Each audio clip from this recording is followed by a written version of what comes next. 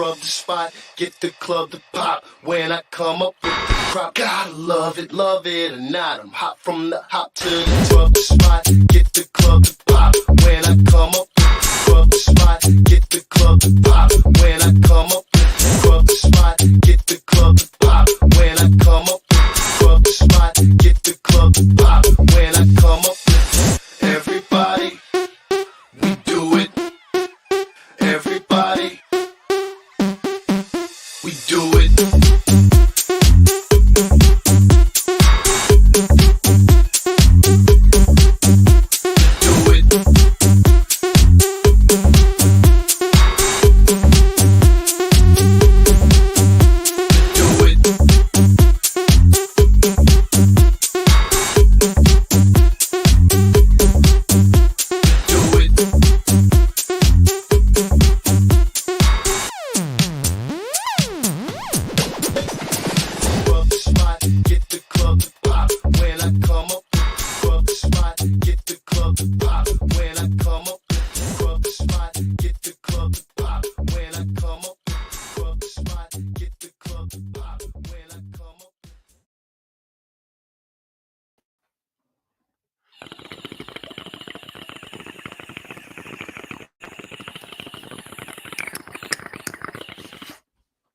Ho, ho, ho, motherfuckers. You are now tapped into the coolest reptile podcast in the world. I'm your boy, MJ. What is good? Happy holidays. Merry Chrysler. I hope you guys are ready for a good episode because I know I am. I'm in the festive mood. Don't have my Santa hat on, but spiritually, I feel like I'm fucking Santa Claus right now because with the kind of content I'm about to bring you guys to this live, it's going to be unreal. But if this is your first time tapping in, what is good? Please hit that subscribe button, hit the like button, drop a comment, just so you guys know, anytime you hit that like button, it helps out my channel a lot, and it means a lot. So make sure you're on top of that like button. You hit that notification bell. That way you're on top of every single live I come out with, because I do come out with these as of right now every Thursday and every Saturday. I don't miss a beat. Going in 2022, I'm going to be going even harder with these podcasts. So I'm not going to release my schedule just yet, but like I'm saying, man, if you've been watching these podcasts consistently now and you haven't hit the like button, you should like reevaluate what you got going on mentally, because that's fucking weird if you're not liking this by now. But before we get further into things, before I shout out to the early birds in the comments, everyone that's in there, making all this noise right now, I see you guys. For the freshest and bestest rodents delivered to your doorstep, nothing will beat coldbloodedcafe.com. $30 flat rate shipping, anywhere from day one pinks to the mammoth rats to your doorstep. Professionally packed by the Cold Blooded Cafe team. They have done mad research on what is right when it comes to packaging, when it comes to dieting, all sorts of fucking amazing stuff over at Cold Blooded Cafe, and they're a part of the trap. Thank you so much for sponsoring the channel. You guys are amazing, and make sure you guys go give them a follow and hit them up on Instagram and on their website. Shout out to John and Alex over at Sim Container. If you got eggs, put them inside of a sim box, especially chondro eggs, man. You guys already know the deal. A lot of you chondro breeders out there use sim containers just because you don't have to worry about humidity. A lot of the shit that you'd have to like be concerned about in like a regular egg box, you don't have to worry about in a sim container. And I'm telling you, because I got big homies who use sim container, and I'm one of them. Sim container is the truth, man. Go check them out. Amazing stuff. And they have amazing monitor game that you could follow on Instagram. If you're into monitors, dwarf monitors, big monitors, you name it, go give them a follow right now on Instagram and go see what they have going on, because it is pretty awesome. Shout out to Steven and Ashley over at Focus Cube Habitats. Man, chondros do great in a Focus Cube habitat once they're an adult. I'm just going to say that. But, hey, listen, people are busting them out in, in neo stages, but that's, to each their own. Either way, when it comes to PVC enclosures, nothing's going to beat Focus Cube Habitats. Go over to their Instagram, check them out. They have amazing designs that no one else is doing on their own shit with these enclosures. And that's the kind of stuff I like to follow and be a part of. And what's awesome is that they support the trap. And I have amazing enclosures being built right now as we speak with Focus Cube Habitats. And I cannot wait to get this room decked out, because we're this close. We're getting this close to getting rid of all the tubs, and we're going to have everything in PVC enclosures. I'm so excited, man. Shout out to Steve and Ashley. Thank you for working with me. You guys are amazing. And then shout out to the leader in the industry when it comes to stainless steel racks. That's Freedom Breeder.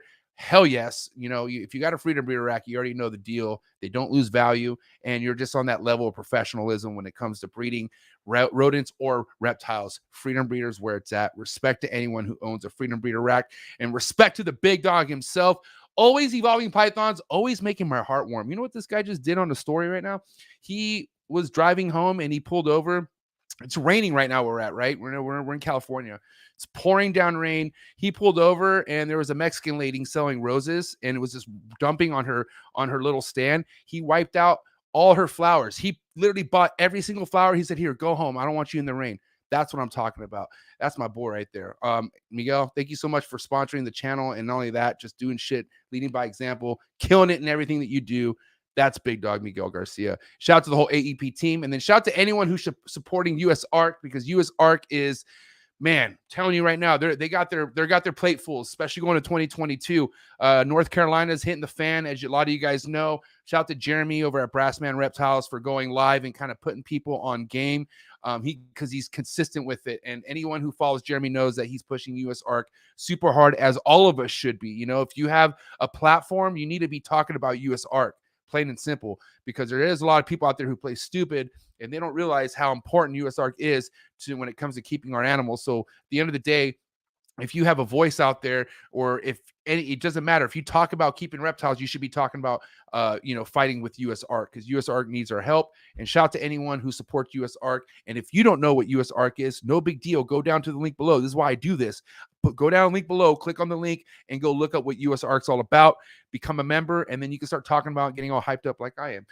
But yeah, shout out to USARK. Shout out to everyone who supports USARK. And if you guys want to get a hold of me for any reason, if you guys need to get in contact with me, best way to do that's on Instagram. Hit me up on mjexoticscartal with an A, not an E, and then you can follow the podcast's Instagram page as well, Chop Talk with MJ Podcast. Shout out to my Twitch viewers. If you're out there on Twitch watching, I appreciate you.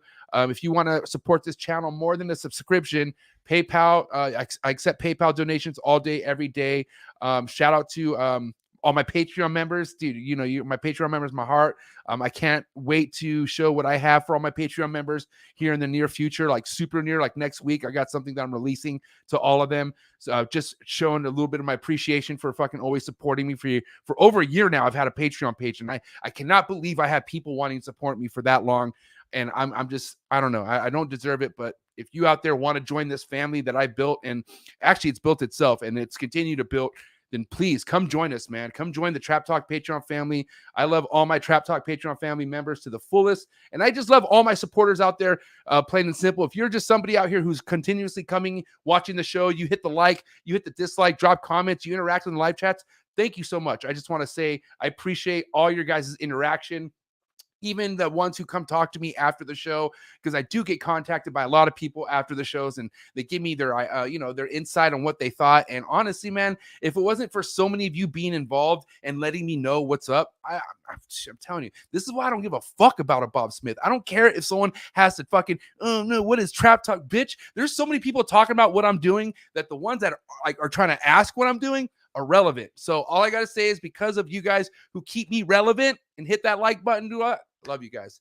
Big props to every single one of you guys. But what is good with the early birds? Who's up in the early birds? Because I know there's people excited for this episode, like my man Adrian Blue Breeder. What is good, AB? Happy holidays. Thanks for being here. He's a Trap Talk Patreon member all day, every day. What's up with my man Dom 702 Serpents, Trap Talk Patreon member all day. What is good, John Taylor? I'm excited that you're here as well. The homie Matt right here. He's a fucking 5-star general. That's 11 Evolution Exotics. Go follow my man Matt right there on Instagram. Pacific Rim Serpents, Trap Talk Patreon member all day right here. Trap Talk Patreon Blood right here all day, every day. Josh Fallon, what's up, buddy? Marlon Joseph, what is good? Go follow my man Marlon on, what is your, dude? It's Exotic Envision. Oh, dude, Marlon, drop your Instagram account on the live chat and I'll post it. But he just started an Instagram account, and make sure you go follow my man's, because he has emeralds, chondros, and ball pythons. Oh my. Scales, fins, and feathers, what is good? Eric's More Factory, what is good? Norway in the building. Man, you know what time it is in Norway? It don't matter. They're here right now, live and awake. You know, trap is real when you got Europeans in the building. Wise Guys, Reptiles, what is good? Forget about it. Calvin Garcia, Frijoles, man, what is good? Thanks for being here, Calvin. J-Man, what is up, J-Man? You got a J? All right. D's Balls and Exotics. I know why you're here, D. because this guy is a newly chondro keeper, and I'm glad you're here, D. I'm really happy. This is a good episode to be at. The General up in the building. What's up, General? Thank you for being here, sir. Make sure you go give my man Martin Morphs a follow on Instagram. Jacob Sybil Serpents, my man's a secret hitter right here. Ball Python, guys, just so you know, this guy's coming in 2022, super heavy, super hot, and he's going to kill it. That's my boy right there. Shout out to homie Jacob. Shout out to Tyler King. What's up, Tyler King? Aurora Exotics, what is good? And we're going to end it on the homie Mason Johnson. What up? Oh, actually, no, we're going to end it right here on the fucking Barber J, the homie Jason Holbrook. What up, Jay? Actually, no, we're not. We're going to end it on my man, the Serpent Smiths, my man, Dennis. This is my boy right here. My boy just took me shooting, like literally for the first time in a long time. Actually, my first legal shooting, like going to a range, like legit getting my ID. Man, amazing time. I shot a Smith & Wesson 500. That shit was like out of a movie. Thank you so much, Dennis. I appreciate you for doing that. All right, guys, let's get this show on the road. I'm going to pop my fucking alpha brain here because I want to be on top. I'm going to be on point with my shit tonight because I have my man John Irby in the building. I've had John on Unfiltered Reptiles podcast before. I definitely don't feel like it was a good enough podcast for sure. I remember there was something missing. I don't think I don't know what it was, but John was somebody when after I brought him on Unfiltered, I was like, I need him on Trap Talk. I need more of this guy because he's definitely one of the few. And there's respect to all the chondro breeders out there, right? There's people out there who've been putting in their time. But when it comes to consistency and people where like, you know, you see an animal and you can't help to think of like whose animal that is, right? It's kind of what this guy's on. And I can't wait to tap in because he's tapping in right now. He has family up in his house, but he's here chilling with us. And here he is, John Irby, Mid-Atlantic Arboreals. What is good, John Irby? Hey, man, what's going on? Thanks for having me. Happy holidays. Yeah, you too. Happy holidays. Are you stressed around these time of year? Like, you know, as far as like family and all this stuff, or is this kind of like an easy peasy time of year for you? No, it's, I mean, we're real busy, but I mean, we were just thinking about, you know, how cool it's about. The next couple of days are going to be real cool. So, well, listen, John, I appreciate you tapping in, man. This has been a long time coming. Just because, like I was just saying, I had you on Unfiltered, but it wasn't enough. Like I felt like there was more we needed to talk about.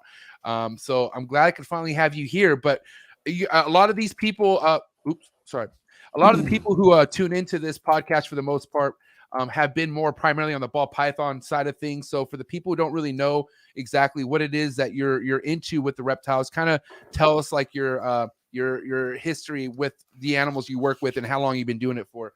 Sure.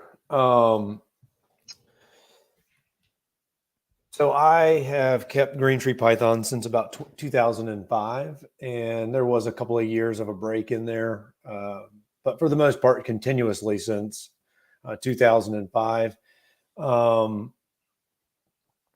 I've kept some other things, but that's primarily what I've kept. I mean, the other things have just been messing around to have some fun. Like I have a pair of basins right now, and I've had some geckos and some other stuff over the years, but I maintain a pretty large collection of green tree pythons now. I probably have 25 or so that are maybe 30 that are considered keepers for they're at various ages. Some of them are a little young, but so I don't want to say I have 25 adults. But I have probably 25 in the collection that are considered keepers that range from about a yearling up to adults, with about half of those or more as my breeding group adults. But the chondros that you have now, you've been building since 2005, right?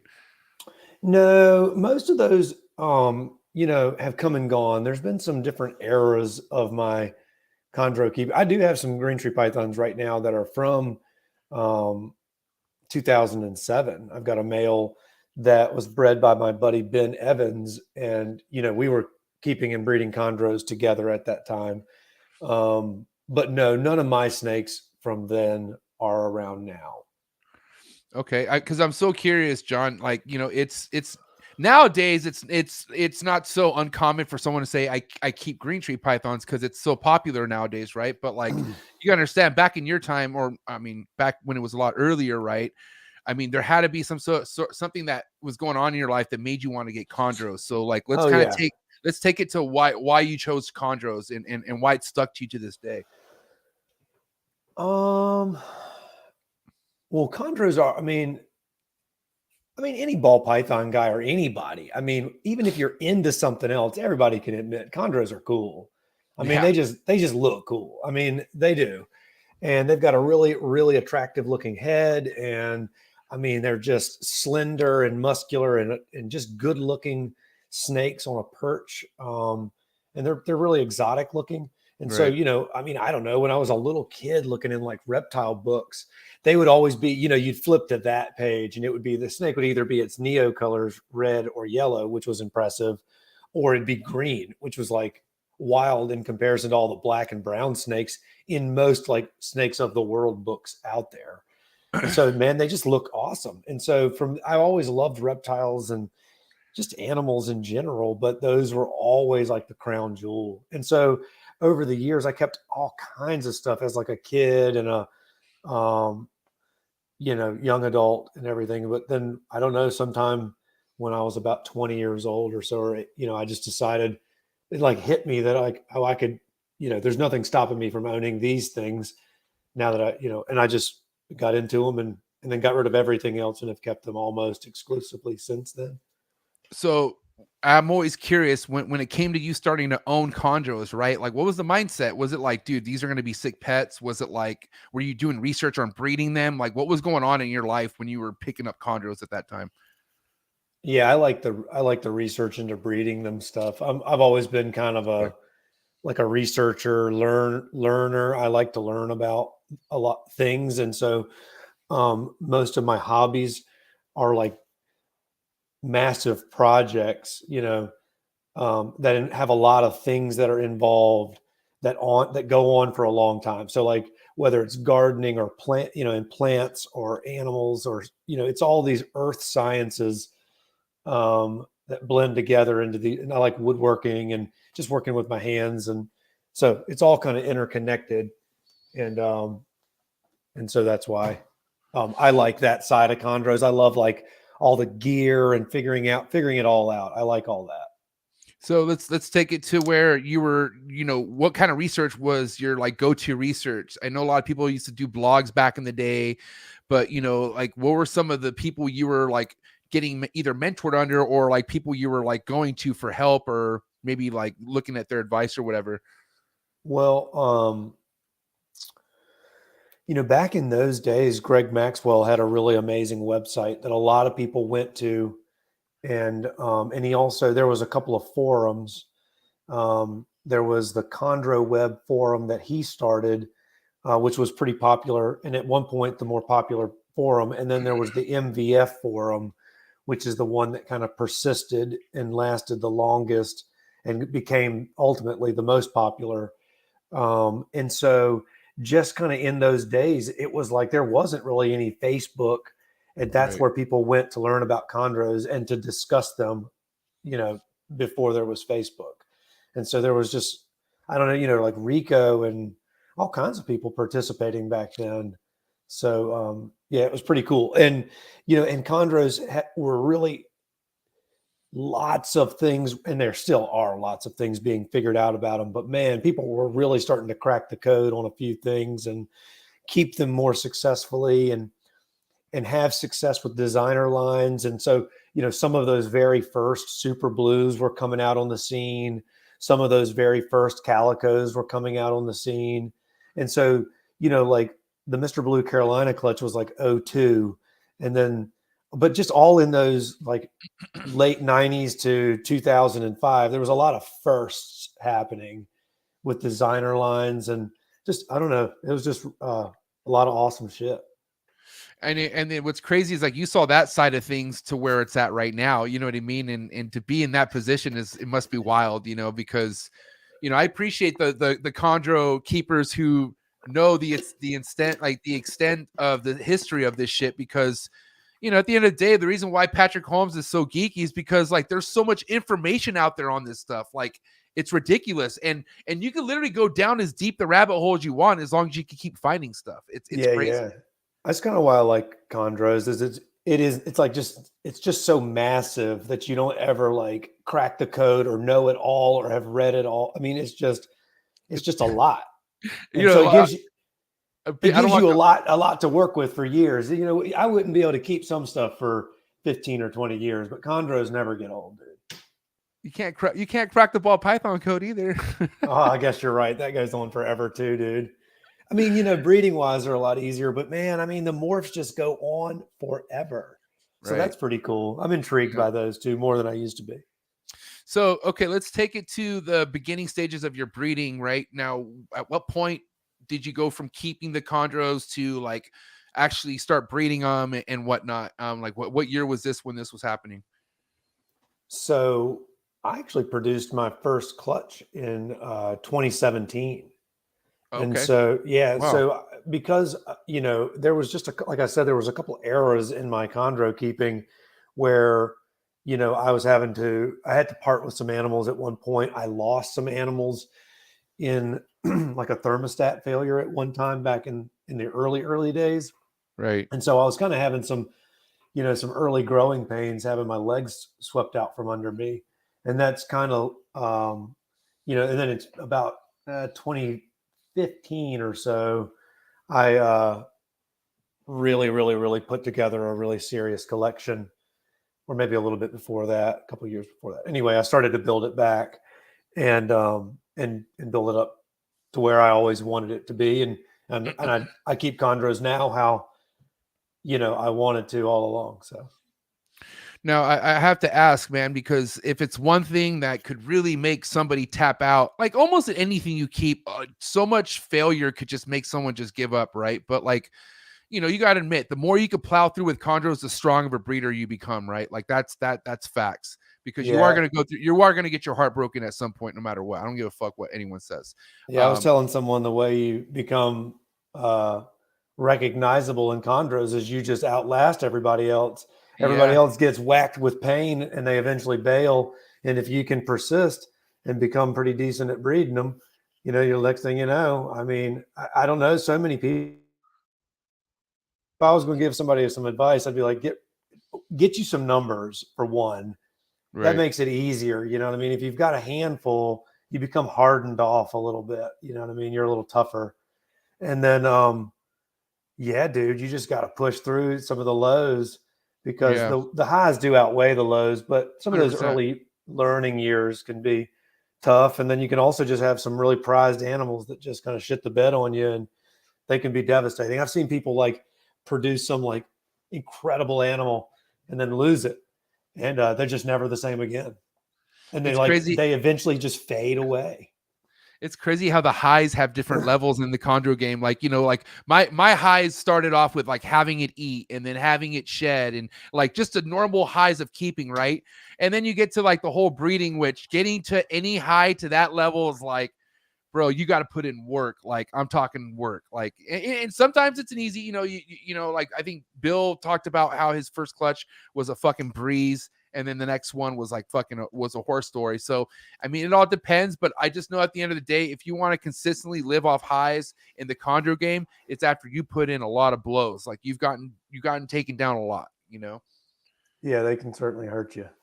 So let me go back to real quick your thermostat failure back when you fucked up. I'm just curious. Did you run heat in your room differently then than you do now? Like, what were some things you did different? Because I'm trying to avoid anyone out there who could possibly do, you know, the same mistake that you made. Because that's the shitty thing I hate about this hobby is when you see someone's collection burn down or whatever. So, kind of tell us what kind of failure did you have? Like, what was going on with your thermostat or your heat back then?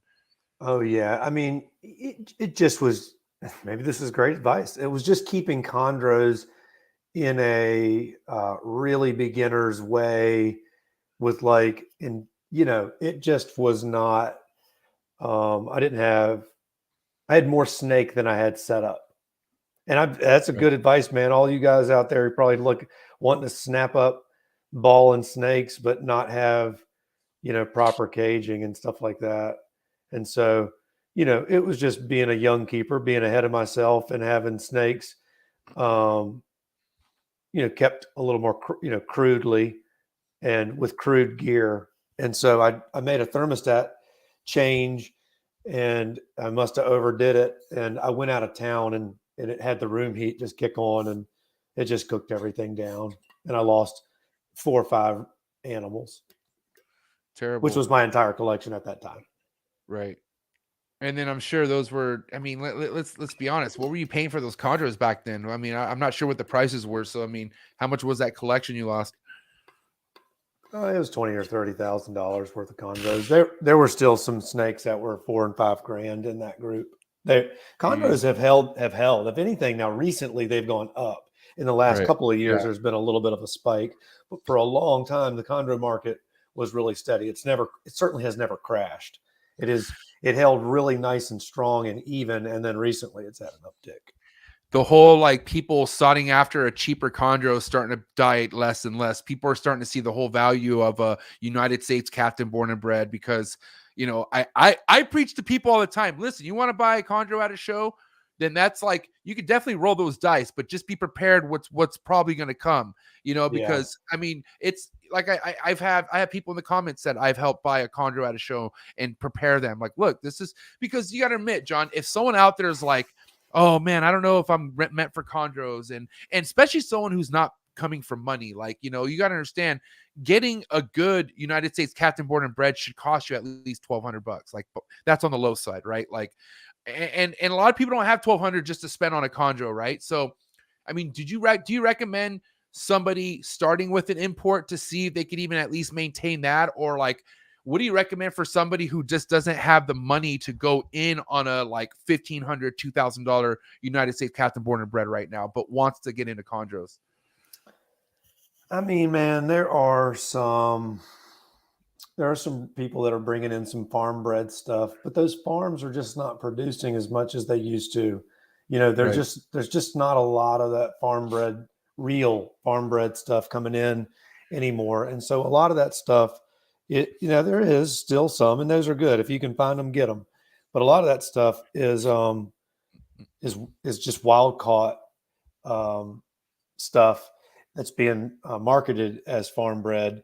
And I mean, you know, I've certainly gotten some wild caught snakes and kept them going and also and stuff like that. So I mean, it can be done, but I think that you're going to have a better experience if you had a captive bred chondro. I would highly recommend just saving up the extra little bit of money and getting it, just taking your time getting there. I could tell you the biggest problem people have going from like keeping such a species like ball pythons, right? Because ball pythons, they're pretty hardy for the most part. Like, you could do a lot of adjustments in a room and fuck with a lot of temperatures, and a ball python, it's really hard to get it to like die. Like, it's not like, I'm just saying, ball pythons, like, you got to be a real big shithead neglector to kill a ball python. Okay, let's just say that. But that kind of shit does not fly with a new Inquire neonate, or, you know, a new import, or something that needs consistent establishment for it to get to where it needs to be. And what I mean by that, like, I've had people buy a United States captain born and bred $3,000-$4,000 Neo, and they put it in a room that has ambient temperature that's like 80 degrees during the day and then 50 degrees at night, you know, like crazy drops with temps. And like, you can't, like, you know, like that just doesn't fly with the Neos and stuff like that. You know what I mean? And they hit a fucking wall of like, well, dude, now this snake won't eat. And, you know, some are going a few months and shit. And this is multiple stories of situations like this. So that's why I'm like, man, like, I'm, you know, as happy and blessed as I am with the animals I have, I'm glad that I started with the $300 import that luckily worked out. That's this snake right here. I still have her. But man, like, I gave this snake a 90-degree hot spot for the first year of its life. Like, I had no clue what the fuck I was doing. And luckily this thing just made it through it. You know what I mean? Mm-hmm. But like, I put this thing through fucking hell, this poor snake. She's here. Like, now Mimi's a queen. She lives really good. But I was more of the I was a ball python breeder. And then I was like, you know, it just didn't compute. So I'm just saying, like, there could be hefty mistakes made by just going from, I don't know, ball python keeping to a $3,000 Neo without no experience, period. Like, oh yeah, for sure.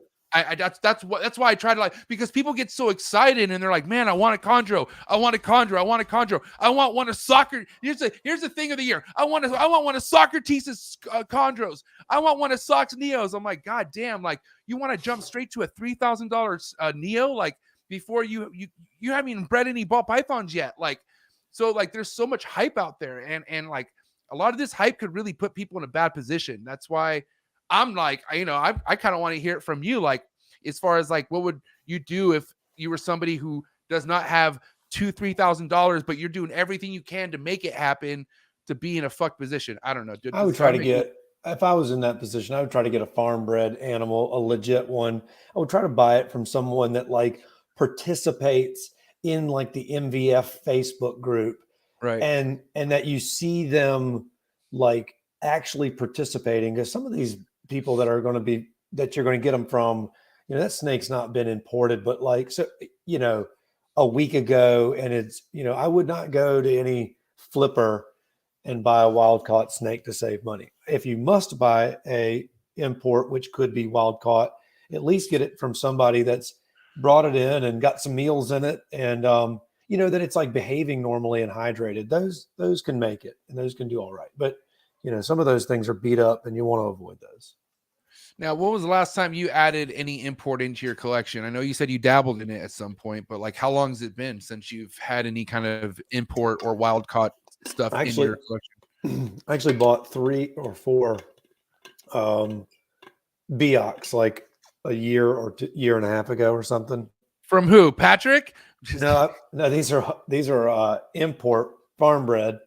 Nice, but they're likely wild caught. They were they had a little bit of size to them, but yeah.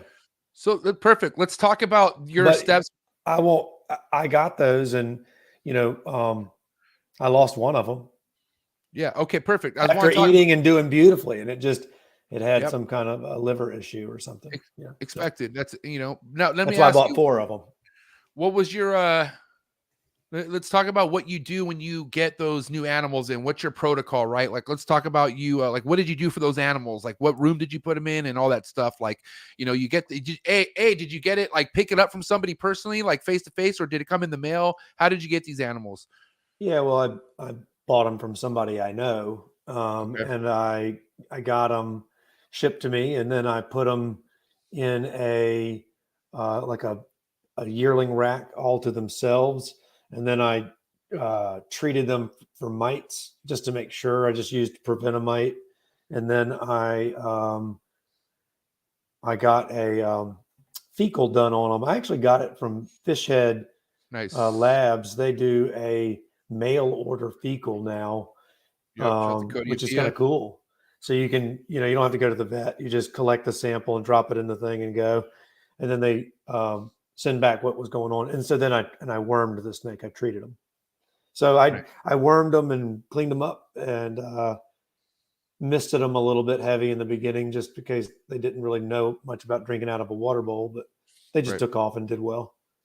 And then how long until that, you said the 4th, it was 4 that you got, or 3? How many did you get? 4? I got 4. And then at what point did the 4th one roll on you?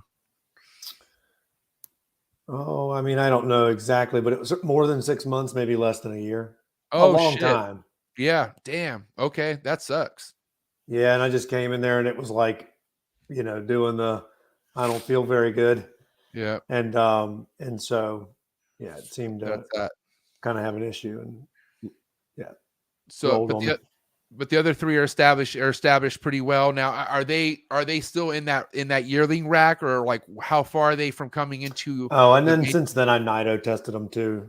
Okay. Just to make sure. I'm going to breed them to captive bred males. I mean, awesome. I'm bringing them in to use them as outcross. I bought all of them were female. I just was like, I need some Beox females. I want options. And so I was like, well, I'll get a few, and I may lose a couple. So that's what How old were they when you acquired them? Probably about a year. Okay, so cool. Yeah, they're like 2.5. They're kind of like getting some chunkiness to them now. Nice. Okay. Yeah. So all Beox. Now let's talk about, as far as, the kind of lines you work with, because obviously if it's one thing about your work, bro, like you have like lineage that has been around for quite a while. So like, at what point did you start like really vesting into the type of lineage that you work with right now to this day? Like when did it get serious with all that? Well, it's always been my interest. Like I said, I love the history. I love pedigrees and all that stuff. And so Right. I've always liked the blue line that was kind of founded by Trooper and Tim Morris and some of those guys back then. And I just love learning about it. And I've always loved the animals it produces. And so all of my times keeping chondros have had those animals in them. But as I got older, my job got better and I could afford more things, and Right. life got smoothed out. I acquired the animals I always wished and wanted I had. And at that point, my skill was there to match it, and my experience level. So I kept chondros, like I kept mid-grade chondros before I kept the dank bud, And now I keep really nice chondros, and I keep the chondros I always wished I had, and I'm having a great time with my collection. And yeah, I mean, aren't you that's what I making, recommend to anybody. Build up to it and kick ass and have fun with them. you're making the chondros you always wish you had at this point. Yeah, for sure. Well, actually, talk about which ones. Even the ones I bought once I had the ability to buy nicer snakes. Even the ones I bought still weren't the keeper's top pick. They were still one or two under that. But I was able to then breed those and breed animals that far exceeded the quality level of of any animal I could. I've produced animals now that are nearly priceless. You know what I mean? So Right. I wouldn't even be able to price them. They're so nice, and that's kind of cool. That you can do that with green tree python. So tell me about it. It's a damn dream from what I see. And I don't know, man. I can't. I've talked about this numerous times about how like I don't ever want to be a guy to go vend at a show. But like if I were to ever get to that point and like I have some like Neos I want to show off or something, I would hella like love to fucking show off my work. Because if it's one thing like, Rico Wilder and all that stuff, like seeing his setups, the way he used to have it shows, like, man, like that's unbelievable. Like I wish I was around for those days and whatnot. But like just as you don't see that stuff, like you don't go to a reptile show and see a table full of chondros. Like you don't see that at all. And I think I think that's going to change in the future. You know what I mean? Because like I'm saying, there are a lot of people getting more vested and getting more passionate about this, and time is everything. A lot of people have been putting in their time. But like, I don't know, what do you stand with shows, John? Like, do you ever like go to reptile shows or anything like that? You poke your head to any of them? I like to attend a couple things here and there. It makes for a great kind of central place to meet with a bunch of buds from all over the country, and get to hang out with people you've not seen in a long time. So that's cool. But I don't produce enough snakes that I would vend a show. I mean, while even a good year is only 40 or 50 snakes, and so and they just get bought so quickly that I wouldn't risk them taking them to a show and like the whole cross contamination risk and things like that, stress on them. That just dawned on me. I don't want to go through that either. So probably not going to happen. Thanks, John. It's like COVID, it's like virtual shows. Oh, it's so easy too, because like if it's one thing, just taking it over. So if it's one thing, anybody who fucking vends at a show, they will tell you you're gonna have to be ready to lose something. Something's gonna fucking happen. Like they're all willing to take a risk by vending at a show, and I just don't know if I want to risk any chondro that I produce if I could get one to be produced ever again. Because as of right now, it's not looking good for me. But I'm just saying, like. Dude, you get there. Yeah, I'm just saying, like, you're very right. But I mean, I guess back then it wasn't much of a thing to worry about. You don't think? Like, you don't think Rico was concerned about cross contamination and stuff like that back in that day, and Greg Maxwell's it was just a different world. I mean, people knew that there was things out there that could kill snakes, but they just, after 6 months of quarantine, you just kind of felt like you were past it. I mean, if a snake was behaving pretty good after a month, then 90 days, then, 6 months, then a year, I mean, goodness, those are pretty solid snakes. And so there was no Nidovirus. And the internet wasn't quite like it is with Facebook now. So, there was almost more of a reason to go to shows to to continue to raise awareness about green tree pythons and introduce them to the world. But that's done now. I mean, so that everybody, the cat's out of the bag with them, and they're very popular now. And then now that everybody knows about Nidovirus, which is this thing that just can get in them, and it's like a silent killer because it can just chug along for so long and not really ever, in some cases, even kill them, just kind of nag your collection and swoop around and snake around through your collection and just kind of Nido dinged.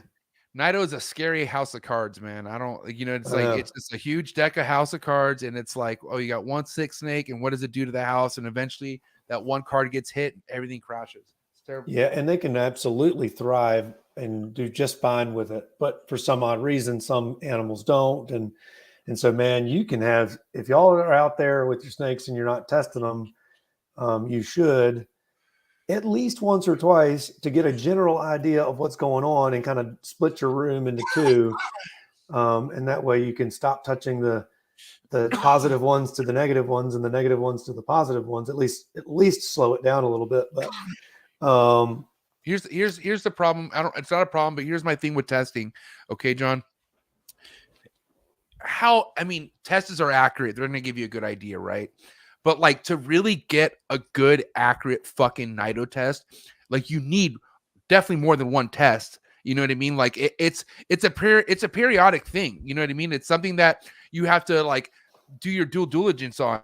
And a lot of people don't want to invest that much time into that shit. A lot of people will do the one test, see that it's cool, and think, I don't need to do it again. But I've had snakes myself that I've done multiple tests on, and all of a sudden I get a fucking positive test. And I'm like, what? You know what I mean? Like, that's happened to one snake. And I even had to go use a different lab just to make sure, you know what I mean? And sure enough, that lab also tested it positive as well. Wow. So I don't know, man. It's like, I feel like if you're going to do Nido testing, you better do it to the fucking fullest. You better do it the right way. Like you better do it how you're supposed to do it. Like how Socrates does it. Like you better Nido or don't Nido at all. I know. And I probably don't. My logic is probably flawed, but for the animals that I'm planning to keep, I don't ever plan to sell them as an adult or anything like that. And so what I'm really just trying to do is give a general scan of the room. And upon entry of a new snake or whatever, just test a few times and kind of get the room roughly divided and have a good idea. And then the key is then you keep your neonates away from your collection in general. Right. And so, as long as you stop spreading the Nido from the positive animals, back to the neonates, they kind of start to die off. Those are the animals you're breeding. Those are the ones that are getting the most stress. Those are the ones that are going to kind of have those flare-ups and die. So they'll kind of weed themselves out on that end as long as you keep this end clean. Are you Nido testing every snake you sell, like neonate-wise? No, not anymore. Okay. No, I will. On request, meaning like someone's like, hey, can you Nido test it for me? You don't mind doing it? I'm using hand sanitizer and gloves and all a big hoopla. And I always, seriously. And so, and I don't touch the babies unless I go over there. I go in there first thing in the morning. I'm wearing fresh clothes, showered, the whole nine. I start there. I go the other way. And so I don't test them, but I will absolutely for anybody that wants it. But they always come up negative. And then the people that receive them oftentimes test them and they all come up negative. So just through time, I've collected enough data that I'm confident that what I'm doing and what I'm shipping out is clean. Yeah, because what was really aggravating about the snake that tested positive for me was a snake that I had for going on 2 years. And the thing was I paired it. And that's when everything went south as soon as I paired it. And I just saw her acting funny pretty quick. Like it was like, actually I had her paired up for a while. There was a couple locks and I noticed she refused food. And that's when like she went from being completely normal looking wise to just like overnight, like she tanked. So that's the thing with like Nido as well. Like there's not really any signs of it coming or what I mean, sure, you could see snakes going down, you know, but for the most part, this shit could just turn on overnight. You know what I mean? From what I experienced. Yeah, yeah. It's what is really interesting is it manifests itself in snakes in all kinds of different ways, Right. but they just kind of I mean, of course, the most common is like the RI thing, but man, some of them get, you know, a little bit of mouth rot. I've just seen them kind of do a few peculiar things, and so yeah, it's interesting how it affects them.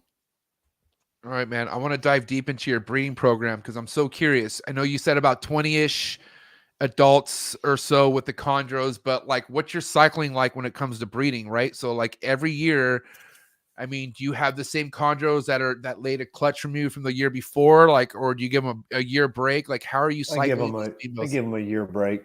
I Okay. do have one female. I like to do, like I said earlier, I like to do like experiments and learn. I'm learning. I'm doing things differently than I normally do it on purpose, just to see what happens. You know, so like for one, you know, I read in Terry Phillips' book that he had like a snake that was like over 11 years produced 9 clutches, so a lot of back-to-back consecutive years. And so I was like, well, I want to try breeding a snake consecutively every single year, and Right. I mean just every single year, no matter what, I'm going to breed her. And so I just picked out my best, sturdiest breeder girl, and I was like, I'm donating you to science. Here we go. I'm going to breed you every year and see what happens. Damn. And that's still, you still do that to this day? I've only done it I mean, I did it the last time back to back, and she successfully reproduced.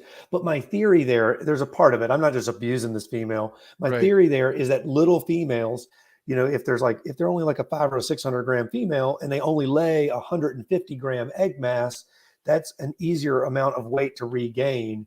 You know, if they weigh 600 and drop down to 450, and then, yeah, instead of like some overfed snake that's like 1,500 grams that lays a 500 gram egg mass, that's a lot of grams to, you know, chondro guts just can't process but so much food. You know what I mean? There's just not a snake like a ball python that you can stuff them full. So they need processing time. And so anyway, my theory there is that little girls, while they may only produce 10 eggs versus like, let's say 20 from a big female, you could breed that snake back to back and still accomplish the same average eggs of annual production, you know, instead of every other year out of that big girl. So I don't know. I'm just trying. I'm assuming based off that research you've done off the smaller snakes, do you keep your females on the smaller side then? Are you Most of my snakes are on the smaller side. I just don't keep them all huge. You know, like 1,000 gram female is a big female for me, and I only have like 1 or 2. And but I didn't even raise them. You know what I mean? Like these are snakes that I've taken in on loan, and they're always raised by other people but the snakes I raise, I just can't get them that big. I mean, my lines are just small. The blue line is just not 1,500 gram snakes. Most of my stuff is like 750, 850 for a female, 700, 800. Right. Okay. Now you're like, so let's go back to as far as the numbers of snakes that you attempt to breed each year, right? Does that number change? Does it fluctuate? Like, for instance, going to 2022, how many females do you have paired up, or do you plan on pairing up going this year? I went after 4 pairs this year, and and so far, I mean, I don't have eggs from them all yet, but 3 have taken. Right. And I've got 1 female that's just been reluctant to get her to take. And I'm going to keep, there's a lot of season left, you know, they can go in the spring and stuff like that. So maybe I'm just mistimed. So I'll pull back on the stick, give her a little time, and try again in the later winter and then again in the spring. Okay. Now, you know, a lot of like the thing with the ball pythons, right? Like a lot of guys have like a powerhouse male, like a super powerful male, and they put them to like 6, 7 females. Some breeders do. Like, how are you working your males? Like, are you a 1-to-1 breeder? Do you have one male going to like 3 different females? Like, how do you really work that cycling? Yeah, I'll breed a male to multiple females. I guess, you know, I guess the ball python guys, they use ultrasound a lot. Maybe that's how they time them and make those males real efficient. But with chondros, I mean, there's just so much going on. You're having to like leave them in there, and like I don't know. So it'd just be tough. I think about 3 females would be about max. You could rotate a male around through. Unless you Right. did like early season and got 2 or 3, and then they were locked and loaded, done. And then and you did those in like November, and then in like December and January and February, you started another set. You could probably get 6 females out of it that way or something. Right. Because I'm It'd be sure crazy though. obviously all your females don't lay on 1 month. Everything's kind of spread out for the most part, you would say. Yeah, I mean, I got a bunch of them all piled up on the. It's just different. Each year you just kind of have to read them and look at them a little bit and start pairing them, and then you can kind of tell behaviorally which ones are going real well and kind of cranking up, and yeah, and so they just they kind of have a unique way timing they cycle. I mean, it is at least heavily weighted in the fall, but I've had females easily go a lot in the spring too, several times. So let's just good point. What are some signs you look for? Like what are let's just say we're coming out of summertime, right? Fall's approaching or whatever. And if you have some girls showing early signs or like whatever, like what are some things you're kind of looking for to kind of show you, oh shit, maybe I should toss a male in there? Well, I mean, I'm just looking for them to be like of weight and in condition and stuff like that. And then what I do, I mean, I start kind of late summer, early fall, and I just start putting my males in. I don't even cycle in the beginning. I just start like putting the males in and just seeing kind of how they act. And and if I get stuff that starts locking, I knock a couple of degrees off and I start going for it. Right. But I time all that around shed cycles. And so, if you keep a feed card with shed cycles on it, you can kind of see, this snake is shedding about every 3 months. And so way off in the spring, I can almost know when my timing is going to be in the fall. Cause I'll be like, all right, well, if it's April, I'm going to get one in May, June, July, and then August, September, October, so you're like, all right, so I'm waiting on a shed sometime in the time of the year that I'll get the shed and also be able to achieve the temps that I want, whatever they are. And so I'll kind of have a target in my head about when all that's going to happen. And then I'll let her go into shed, and hopefully also the male I have is kind of in that same, or at least near it enough, which is less important for him. But for me, I like to start in an appropriately timed shed at that time of the year. And that way I know I've got 2 or 3 months before the last thing I want to do is pair her up. And then she just go into shed like a week later and I have to pull the male and all that stuff. So I like to wait. And then they got a 3-month run or something that they can just breed. So, the whole note taking is very crucial for you. Yeah.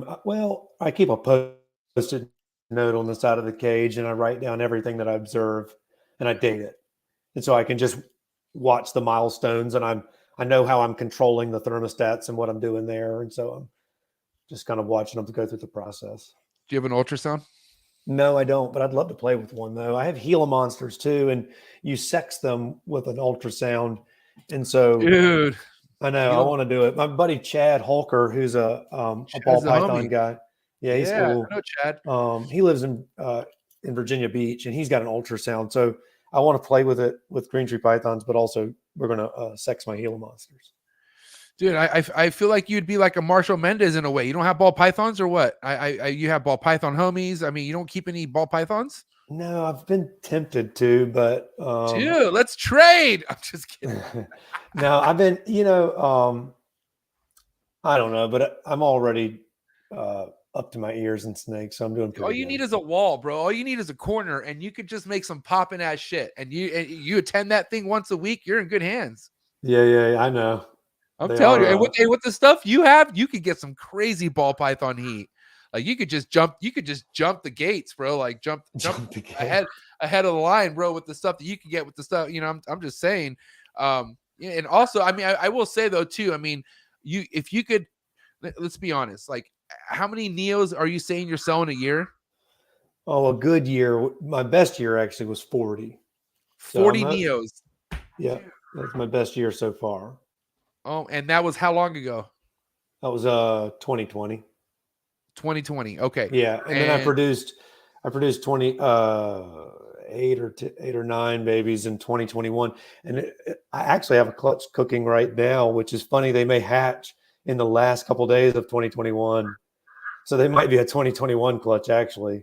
Wow. Or they might hatch on like December 30th. So how many neos did you produce in 2021?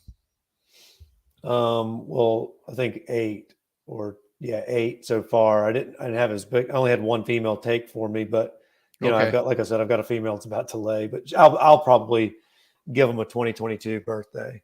Okay. Right on. Sick. Now going in 2022, what's your expectations? Like, what are you thinking it's going to be? What kind of breeding year is going to be for you? I think it's going to be pretty good. We'll see. I hope I don't jinx that, but I've got a clutch right now, a really, really nice clutch in the incubator. And then I've got another female that's about to lay. They're actually going to lay and hatch on essentially the same day, which could be New Year's Eve, New Year's Day, a couple days before. Okay. All right. So I've got another female too. I've got three females that I'm going to get clutches out of, I suspect, this year. I don't want to say this shit's all luck, bro, because at the end of the day, man, you had 40 something neos that you sold. That means you established 40 something neos. And what's your establishment game like? I mean, what is your approach to every first feeding attempt when it comes to your productions and whatnot? Like, what's your regiment for that?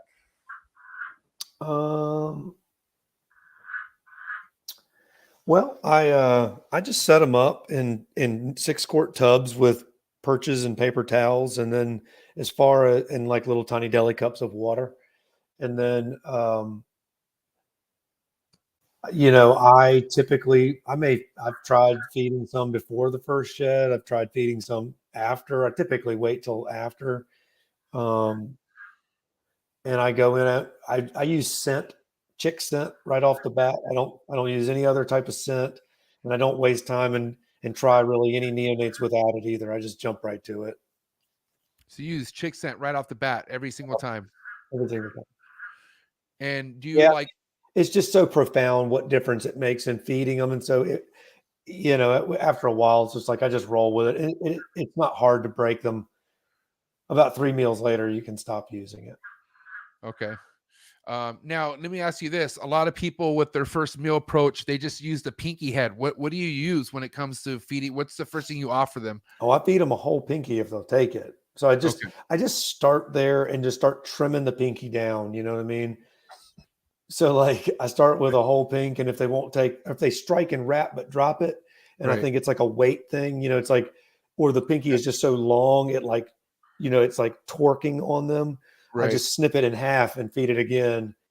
And that way it's like a little shorter little pellet. And then and normally they'll just wrap that. That's good. But if it's not the weight issue, it's more about they're just slinging it and they just keep hitting it and slinging it. In that case, I'll snip it down to just the head and just stick the head and, get them to strike the head and get it lodged. And then their feeding response kicks in, and, a time or two of doing that, they normally turn on. And then you have the stubborn fuckers, like the ones that run away from you and shit, the ones that want nothing to do with you. Like, how do you deal with those?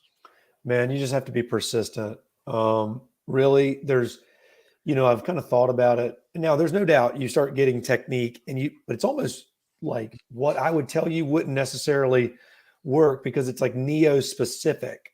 It's so neo specific. Oh my God. Reacts to, man. And so I can tell you like general, like you're going to want to be persistent. When you start to see the neo shut down, you may want to take a break. But what exactly you're doing, man, you're going to have to you and that neo are going to learn that together. You know what I mean? You're going to be like tapping and tricking it and trying to, but yeah, I mean, it generally is like a lot of teasing and just persistent sticking with it and knowing how to tap and back off and, to elicit that response. It's not just beating the snake, but it's this, tap and draw back and dance around and stuff like that. And so, I don't know. You just have to have a clutch of chondros and get some tough babies and beat your way through it. Now, where do you go? I mean, where are you getting your chick down from? I get it from most rodent suppliers. Like if I order from like the Big Cheese or somebody, I get a whole pack of chicks, which last you a lifetime. So yeah, I breed chickens, and I'm like, that's the real beauty about having, chickens is anytime I need to get chick down, I just literally walk out there and grab what I need. But, for the most part, you have certain breeders that just don't like to go that scent route, because apparently some of them get stuck on that like scent route where you have to scent it all the time. Are you normally having to just continually scenting every single pinky till it gets to a hopper, like, or how often are you scenting them? No, I've never had any of them get stuck on it. I mean, you're just trying to like, it just perks them up Trigger a the little mind. bit and they Right. get more interested in it. And then a time or two later, they've just got that strike and wrap instinct. And once that is just automatic, then I just pull them off of it. Sometimes when you pull it off and stop, you switch and don't do it, you'll have a Neo like kind of be like, hey man, I know what's up. What's up with this? Like it ain't, I don't smell the goods, but you just stick What is with this it. shit? I know. And then you just stick with it though. And the snake eventually takes it. It's all good. Okay. I have to ask you, bro, like, and this is all cool if you do this. I mean, I have friends that do it. They're weird, but you soak your rodents in a big bucket of water and like fucking walk around and Yeah. is that how you do that? You're one of those? Okay, cool. Yeah, I get them. I keep them. I feed them. You do that for hydration, or what's the big purpose for you doing that? I'm just curious. I guess because it just thaws. I mean, I don't know. Well, I absolutely feel it's a good idea. I mean, just get a little extra water in them. There's nothing wrong with that. But it just thaws them nice and evenly and quickly. It's like I'm deciding I'm going to go feed, and so I just go down and I load it up and do all of that and thaw them, and then they're warm and hot and ready, and I just grab them. Now, do you use different forceps per snake? Like, do you have a bunch of player? Yeah. That's I have like a thing that is for keeping like kitchen utensils all separated, and so I just have all these like tongs stuck in there. Yeah, I went. Shout out to my boy Socrates. I was at Socrates' house, and literally every shelf had its own little.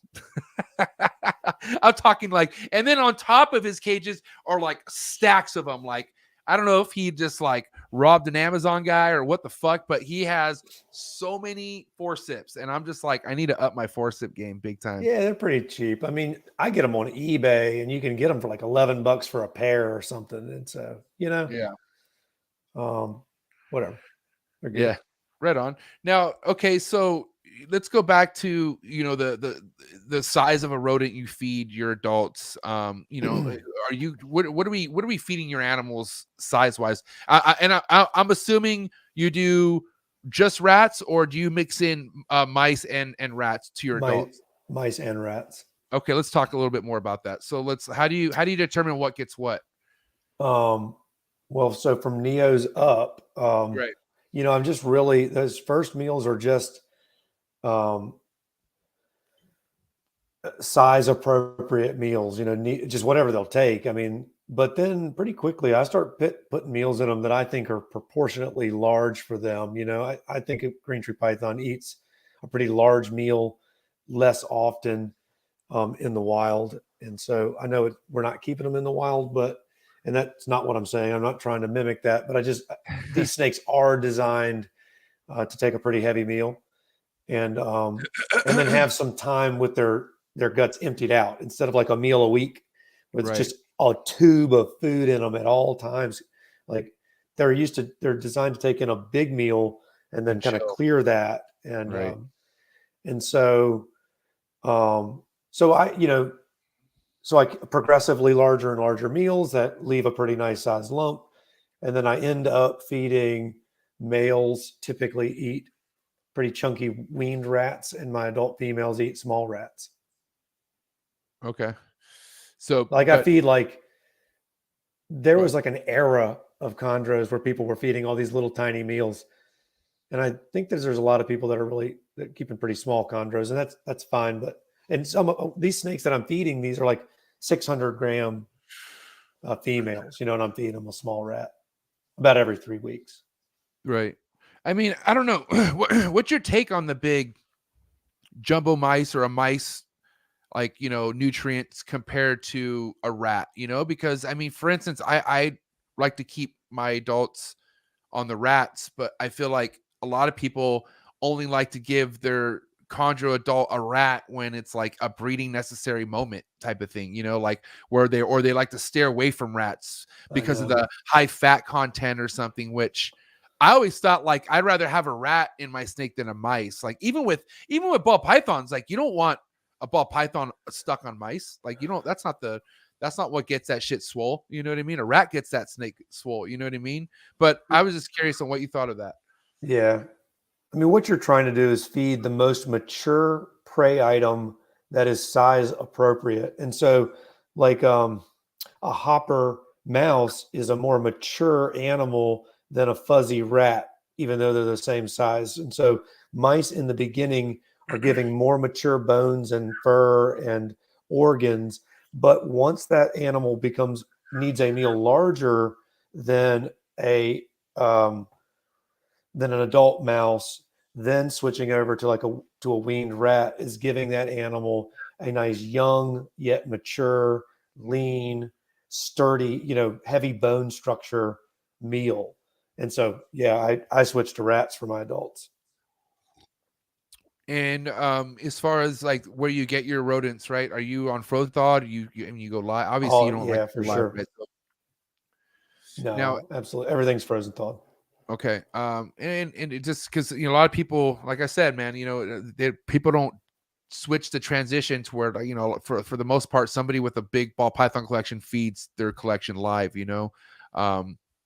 Sure. And it's just a lot wiser, I feel like, and easier. Honestly, I enjoy taking a fucking dead rodent and watching a chondro eat. That never will get old to me. I'm sorry. Sometimes they're a little psychotic the way they strike. I mean, do you have any fucking like psycho eaters out there? Like fucking just like literally lunging off the perch, almost coming out the enclosure? Yeah, for sure. Some of my chondros are pretty hardcore feeders, Now, let me ask you this, man. I've had some brutal sides of breeding, man. I had a male that was actually a female, so I paired them up, and there was like rumbling going on, and I had to separate them. And I even had a male get wrapped up by a female. Has that ever happened to you before? Have you ever had any kind of like misjudgment of like, oh, I think there's food, and one bites the other? Have you ever had to separate them before like that? I have not, but I have had really close friends that have. It's terrible. And yeah, I mean, it can happen. Bro, it's terrible. It can happen when you're feeding snakes in the room. Yeah. And they get to striking in there. And so I've got a buddy that won't feed while his stuff is paired up. He'll pair up, let him stay paired up for like 2 weeks, Right. and then pulls everything apart in the morning and then feeds that night and then waits a few days and then pairs everything back up. I feed with my stuff paired, but I've seen people feed paired snakes in the same cage. And I just think that that's reckless. And I think that's a bad thing to show people on the internet because it lets newbies try that. And man, that's not something for the inexperienced. You have to watch it. I mean, okay, listen, I've done it, and I know snakes where if I'm gonna sit there and watch it all go down, and they're it either way, I don't recommend doing it, bro. This is it's definitely right. Because what's crazy is one time I've done that, right? One time they were like on good separate ends of the perch, and then they were both wrapped, right? They both had their meal wrapped, and I was like, all right, they're good to go. I started going, doing my thing. I look over, the female still had her rodent wrapped, and she started eating the ass end of the male's rodent. So they came out, they were mouth to mouth like this, and she still had her rodent. Oh man, that was a mess. Yeah, dude, so, like that. And I mean, sometimes they can wrap up the male and in about a minute of you trying to scramble to get him out of that, I mean, I know a guy, like the snake was never the same again. It was kind of like being withheld from oxygen for like a minute or two. It was enough that he just was whacked out forever, and they had to put the snake down, even though she didn't kill him. Damn, that's crazy. I mean, let me ask you, because I always talk about how chondros could like shatter your heart and break your heart. Have you had any crazy like reality gut check moments with the chondros when it comes to breeding? Have you had any like females just like roll on you or like egg bound, anything crazy like that happen that you could share? Yeah, I mean, I've had snakes lay small clutches and then eventually spin out and just not do well afterwards and have problems and die. I've not had any snakes like die egg bound or anything like that. And I've not really had a lot of snakes lay a lot of slugs, but I certainly have lost a lot of snakes over the years. I've killed a bunch. Right. You killed more babies than adults, I'm assuming, right? Oh, probably. I don't know. Probably the other way around. Probably adults. Really? Wow. Oh, yeah. Because, I mean, for the most part, you know, you got some people who dread, you know, anyone who has a chondro clutch are like, oh my God, you know, like some of them are like, God, I hope it works out. But like for you, it seems like you are pretty confident with your approach when it comes to establishing Neo. Like what you do seems like it works for you, right? Oh, yeah. Yeah, I mean, I'm not going to change anything. What I'm doing is I establish neonates every year with the techniques that I'm doing. They're pretty much what I'm doing is what everybody else is doing. The commonly done successful technique of raising babies. So we talked about how you've come a long ways from you keeping snakes. Let's talk about how you keep your snakes. By the way, so you moved to a new place since the last time we had you on the show, or since we had you on Unfiltered. So where are your snakes right now? Like where are your animals at? They're in the basement. Okay. And they weren't in a basement before. So new environment, I'm assuming, right? Well, they were low in the house before. Okay. Yeah. What's that adjustment been like? Like if we could kind of talk about like what that move did to your collection, did it go smoothly? Did you know it went really smoothly, and I rolled the dice on breeding some snakes, and the clutches have taken and done real well. Nice. But you know, I moved them also in their cages, and I moved everything in their rack. You know, so I took like pallet wrap and wrapped all the racks up, and then took all the cages and just took everything in like a box truck and just brought them in and set them down in one flat layer and just took trips that way. And so I never, you know, the snakes rode perched in their cages, never moved them, and then brought them into the new place and set them up in a similar environment to what they were. And they never missed a beat. Okay.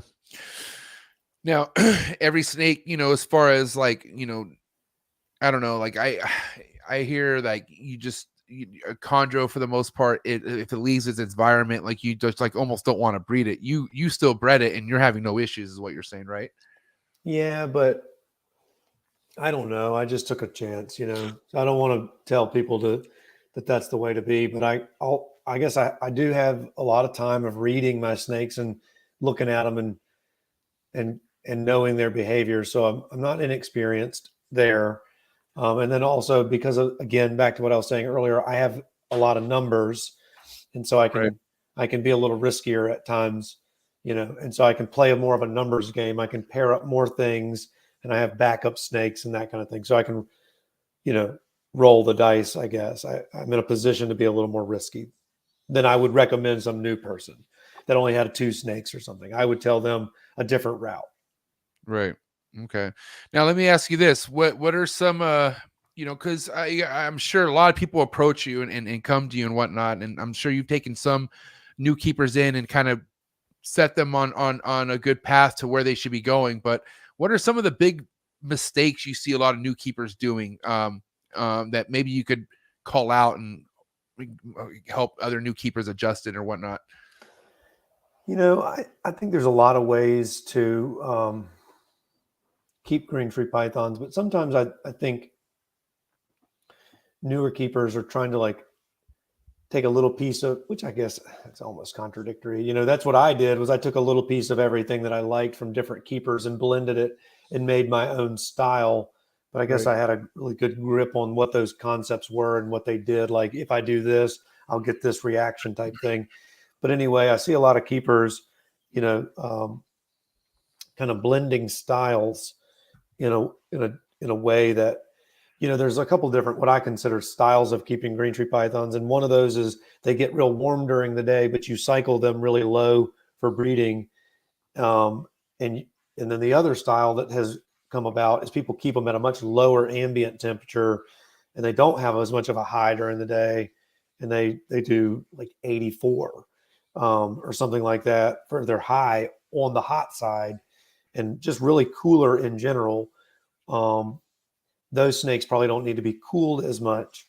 And so if you keep them, it's like they want to keep them in the keeping style of that low ambient, but in the cycling style, which is slamming them down low. And if you mix those two together, you've got a snake that was kept kind of on the cooler side to begin with, and then a lot of really low cycling, and you can get yourself a sick snake that way. And so, I don't know. It's just, I see people kind of putting together things kind of silly sometimes, and just needing a little bit of help understanding, like, you can go one way or the other, but there's some things you don't want to mix together and stuff like that. I feel like the most common hurdle people run into when first keeping chondros is getting a good healthy shed out of a chondro. Once you have it down, it's like, you'll get a stuck shed here and there, but like I feel like I see people out there constantly soaking their animal, like literally almost every shed it's a bad shed. And I'm like, well, what's going on? And like, well, I don't spray my animal. Like, I don't spray. And like, and that's fine. Like, I don't feel like not everyone needs to spray. I know people that don't spray at all. They keep the bottom wet and whatnot. But what are you doing to keep your snakes? Are you saying you spray or you don't spray? I spray. I spray the shit out of my snakes, and they love it. Yeah, I spray too. Yeah. Necessary. I don't spray I'm not like walking around every fucking morning and showering them, but like once if I see the room drop anywhere under 50 humidity and it's going into shed or something, because I have potho plants in every single one of these enclosures. So if I spray the plant, I spray the animal, basically. You know what I mean? Yeah.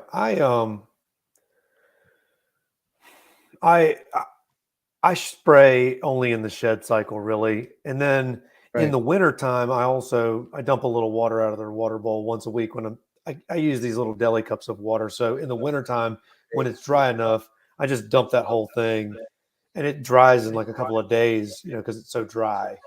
And and so I do that in the wintertime, mostly for convenience, just to get rid of the water. And then in the shed cycles, I will spray. And that's not because, there's probably a lot of them that'll would be fine, but I just don't have the time to untangle a stuck shed.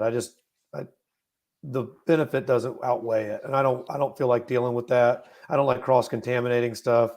If I touch a snake that much and I'm in there like, all arms and up to my arms in that snake, that means I'm not doing a whole lot of touching of other snakes. And so, well, the reason why I proudly say I spray my snakes, because like you said earlier, you pay attention to your animal.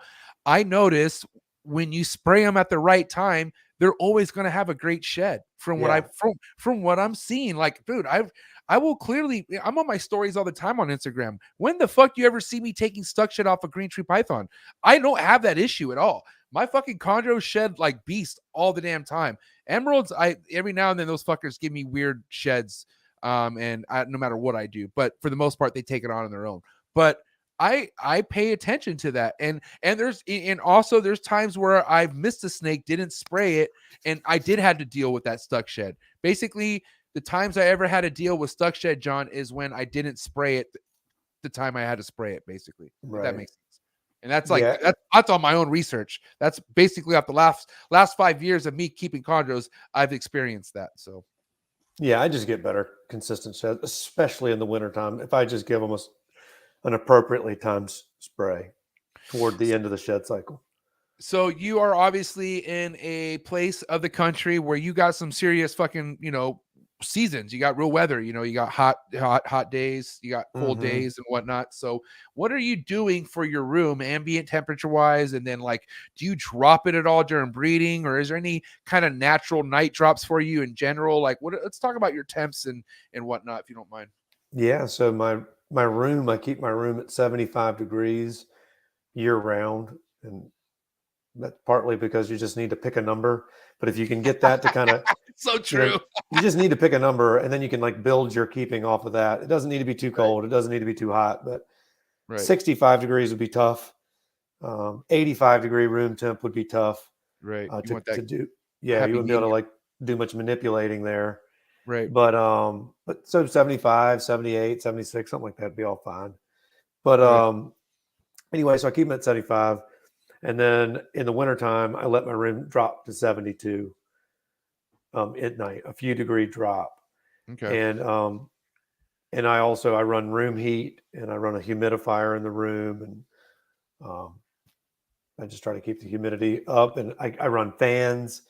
I'm a big proponent of air movement in the snake room. And so I've got fans that are sitting up on my tallest racks pointed up at the ceiling. And so there's like a crosswind and there's a ceiling fan, and it's all running. And then the humidifier's got a blower on it. So, I mean, it's kind of howling in there. Now I've, of course, use your head. I don't have the wind just blowing right on a snake's door or anything like that. It's all pointed in these like odd directions to where you can just kind of feel the air moving in the room, but no blasting air. Okay. Yeah. And then, as far as, your females go, right? Your breeding females, once they hit ovulation and whatnot, do you adjust any like attempt, like, do they have a hot spot basically, or does that all stay the same, or what happens once you have a snake actually going for you, female? So like I said, I pair, and then if I start to see activity and something looks promising, I start to cycle. I guess if I don't see good promising activity, I start to cycle, which kind of pushes on that female. And so and then continue to try to pair her. But anyway, either way, so I kind of just get started, and I just start lowering the temperature at night, and my daytime temperatures stay about the same, and I keep them 82 degrees during the day on the cool side, and I keep them they can get about 85 or 86 degrees, a shy 86 degrees on the warm side during the day. And then I drop them year round 4 degrees. But during the breeding, I drop them from that 82 and they drop down to like 72. So a 10-degree drop and what that equates to, because the room drops from 75 down to 72, is the panel just turns off. The panel just turns off and just rides with the room. So they might get 71 and a half one night, 73 and a half one night, 72. In that range. Yeah, but they're just kind of floating along in that. But regardless, you do give them a natural cooling drop. And that's basically going throughout the year, throughout the winter to springtime. Like, you're just naturally matching with the seasons is what you're saying, right? Mm-hmm. I'm just going with the seasons. And then the rest of the year, I just do 4 degrees, just because I don't care where you're at in the world. It just cools a little bit at night. Yeah, no matter where you're at. And then I just ride with the fall and go into winter and drop them. Okay. Now let me ask you this, John, because obviously, I talk about how popular chondros are getting. So, like, what are you doing for people who are approaching you wanting to get one of your snakes? Like, do you have a wait list, or like, how are people's best bet to get one of your productions, basically? I mean, it's a little unorthodox and a little Wild West. I got a lot of demand, and I don't produce a lot of snakes. And so people message me a lot, and I try to do my best. But for one, I don't keep lists. Hear me out. That sucks. That's me messaging like 900 million people only to hear that they're not interested, and they only just shot me a message. So that's crazy. I'm not doing that. For reals. Yeah. And so the people that message me, and I'll tell them like, hey, I don't keep lists. And they'll be like, and I don't. But as I produce stuff, I kind of post about it, and then people start to kind of like reach out again. And I keep up with that. I remember, so people that have reached out to me throughout the year, and then as I start to post production and showing that I'm producing stuff, and they start reaching out to me again, I start to try to build a list from there of really truly interested parties that have shown a consistent interest. And you can be honest, where do you favor that list at? You like to go to Facebook first, huh? Yeah. I mean, I'm just old school, I guess. I mean, I just, I post them, and typically I don't even post them, right? I've just got enough people through time that when it comes time to I produce some neonates, I tell a few people, and I just go through those messages, and I'm like, just trying to give you first dibs because you reached out. I'm trying to help you. And I give everybody a shot, and normally they're just eaten up before I ever can make it to posting them publicly.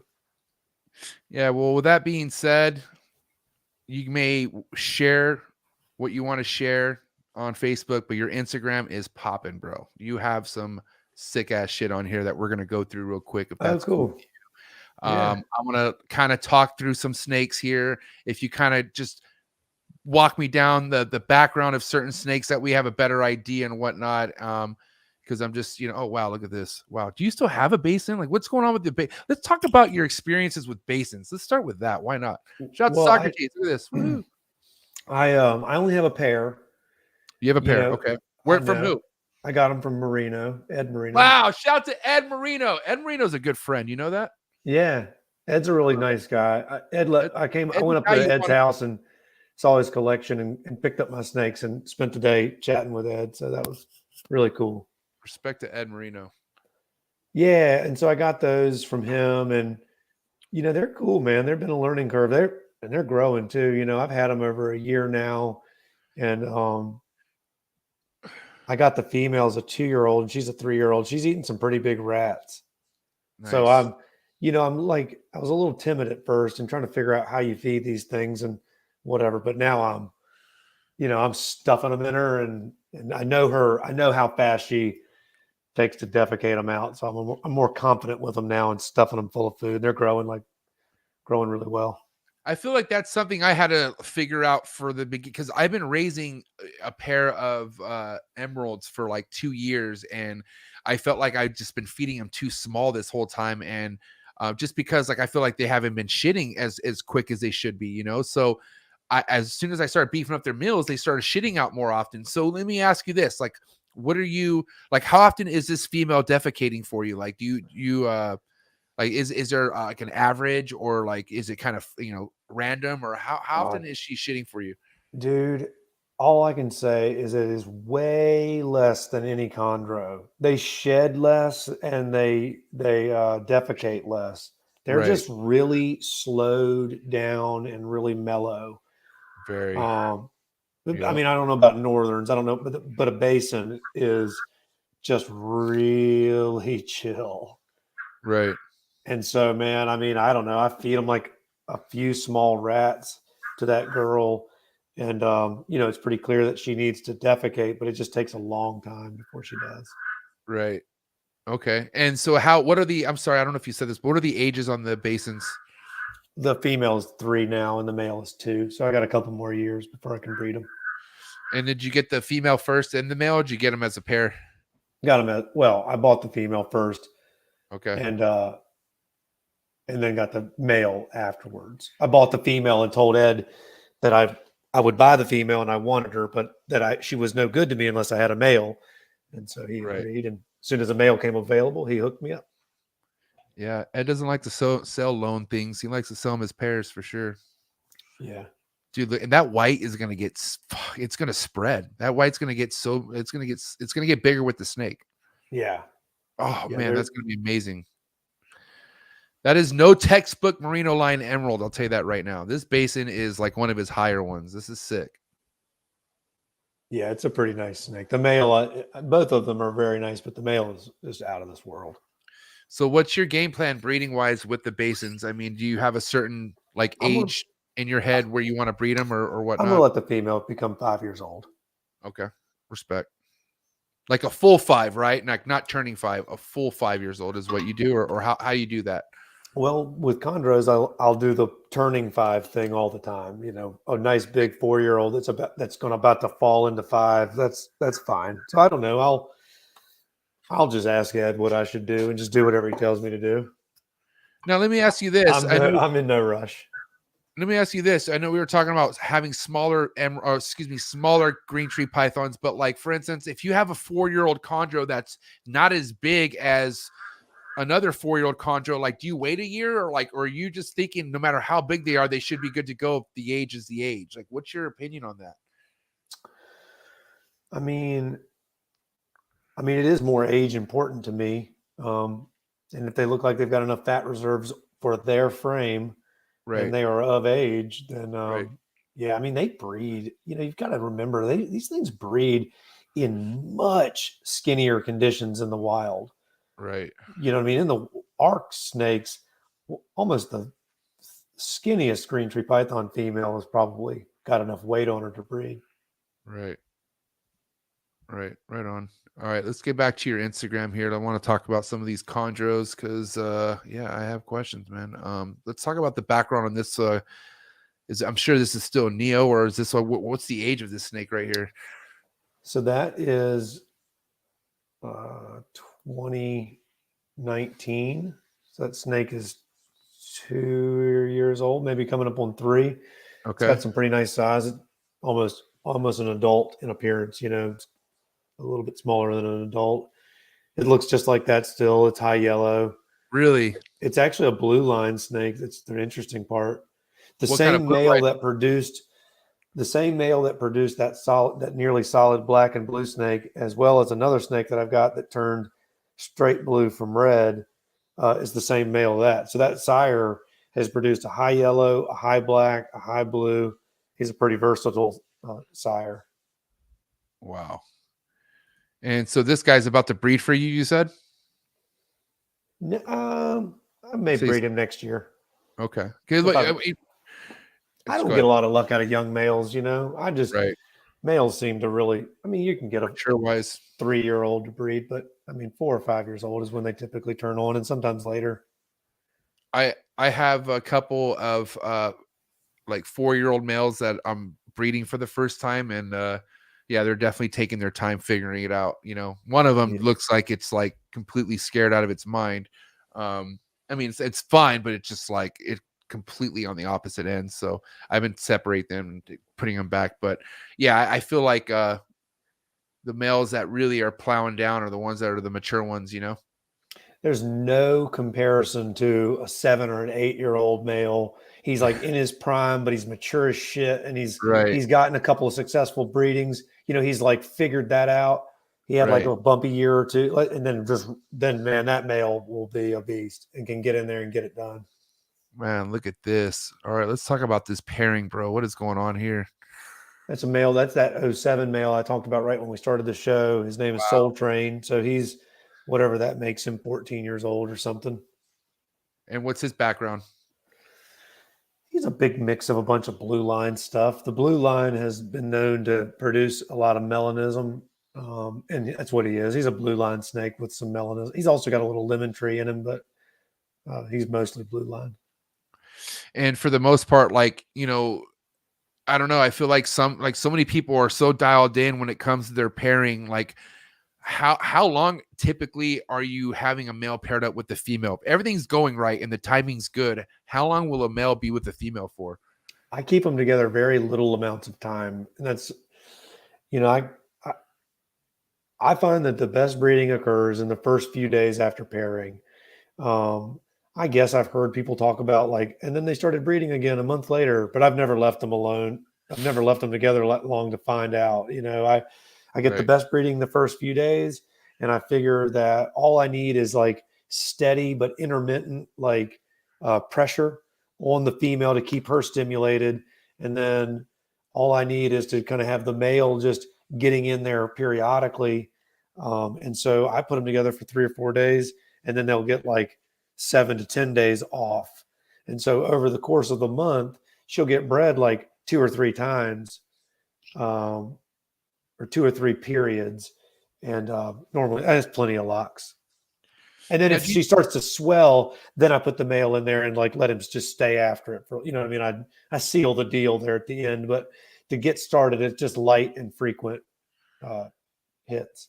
Yeah, so it's more repetitions in the beginning, like you're saying. It's more 3-4 days, 7-10 day break, repeat until she blows up, basically, right? Or is getting bigger, and then I'm watching. I'm like, if he doesn't show her any interest, I pull him. And that's another thing is I put him together and I leave him there until he starts to stop showing interest. So I get a few nights of locks, and then the first night or two that he stops locking and starts to just do more chilling, I go on and just pull him so that they spend that time apart. Now, like, how often do you let's just say you pair him up and then overnight you see that he wants nothing to do with it. Do you pull right away, or do you at least give him those 3 days of no action? I give him a few days. Okay. No matter what, a few days of no action, and then you pull. Yeah, right? But typically a male, if he's going to get it, if he's going to do anything, he's just going to go on and get her in the first night or two. Right. Okay. All right. I'm going to check this out real quick because, man, it's pretty amazing. But this snake right here, good God.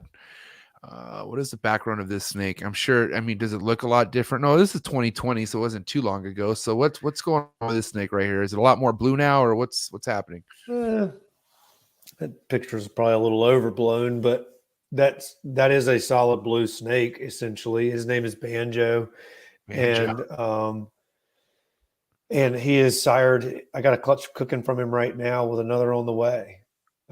So he Nice. is a 2016, so he's 5, and he didn't show any interest at 4. And last year I tried him and he showed nothing. And then this year he came out the gate and he's got 2 girls gravid. Nice. It's gonna be a good first. I got 15 eggs out of the first clutch, and they're all fertile, and they should hatch in less than a week. And so another clutch is coming, and we'll see. So it could be a really good first year for him. I know you like to say. I know you said if you are sharing a male with more than one female, it's only like 1 or 2 females, right? It's not like 3 or 4, like, or how many? What's typically this guy's only going to 2 girls, right?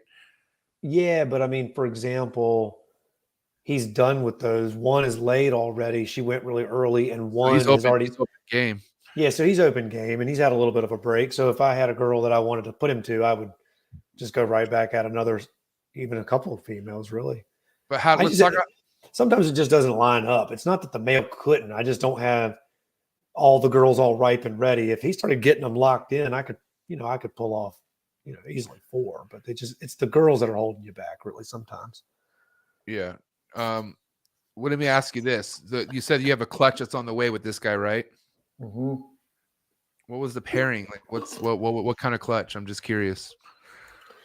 She's this female that was produced by Sandro DePinto from a male he had from his Insanity Aqua Boy 6 pairing, and then that male was bred to a sibling of Insanity, which would be that male's aunt. So it was a Insanity Aqua Boy 6 back to aunt pairing. Is she on your page at all? She's certainly on my. I'm not going to Facebook, bro. Please don't say Facebook. Yeah, she's probably on Facebook. Let's see.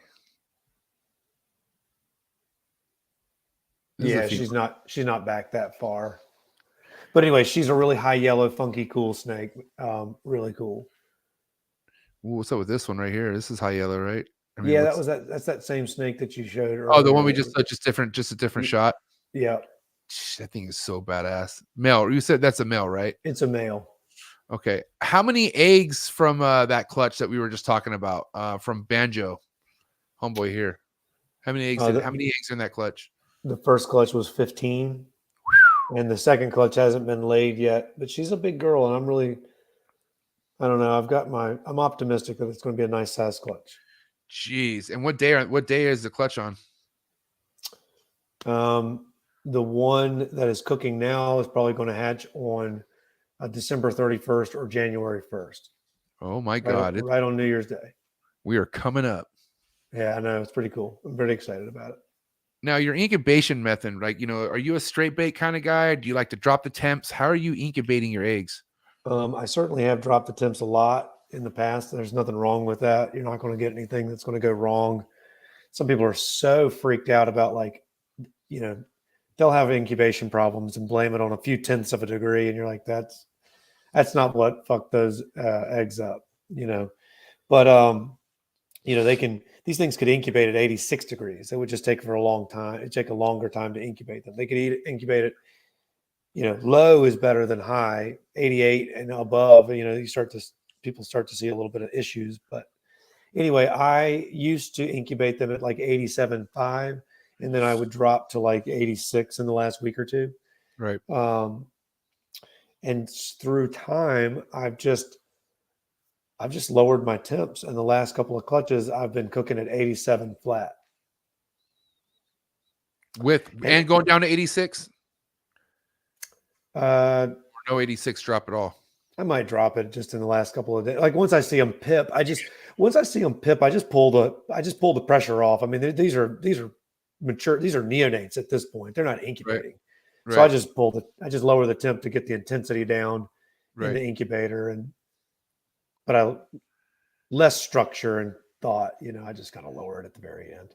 I had a lot of problems. I mean, I had problems that a lot of like first time chondro breeders have, and I was getting like 6-7 eggs to get fully developed, but they just wouldn't come out the egg, or they would just die inside the egg, and they'd be fully developed. And I'm just curious if it was just a heat exhaustion thing. I wasn't too on top of the whole dropping the temps at that Yeah, time. I I was would think straight so. break. You know what I mean? But I What was day were they pipping on? the first clutch pipped on day 54. Wow. But they only had one egg. That was one egg. One egg out of 14 eggs made it. And then the second clutch, I had it was down to 4 eggs and only one. None of them pipped. I cut one egg, saw that one was like alive, and then I cut the rest, and the rest were dead. Oh man, it's a bummer. Yeah, so I'm like 2 for 28 or something like that. Right on, but hey, keep on going. Oh yeah, we're still trucking, man. It's all good. Hey, listen, at the end of the day, like I had friends coaching me at that time, telling me like, bro, that is like they were making me still feel proud of what I was accomplishing. You know what I mean? Yeah. Like, and I was happy. Like I was like, dude, really? Like they're like, dude, that is hard. Like that is sick as fuck. And it was making just me move the ball forward a little bit and try again.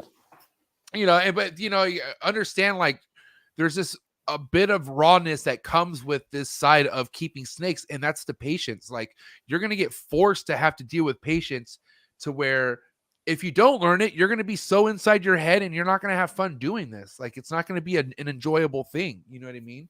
Right.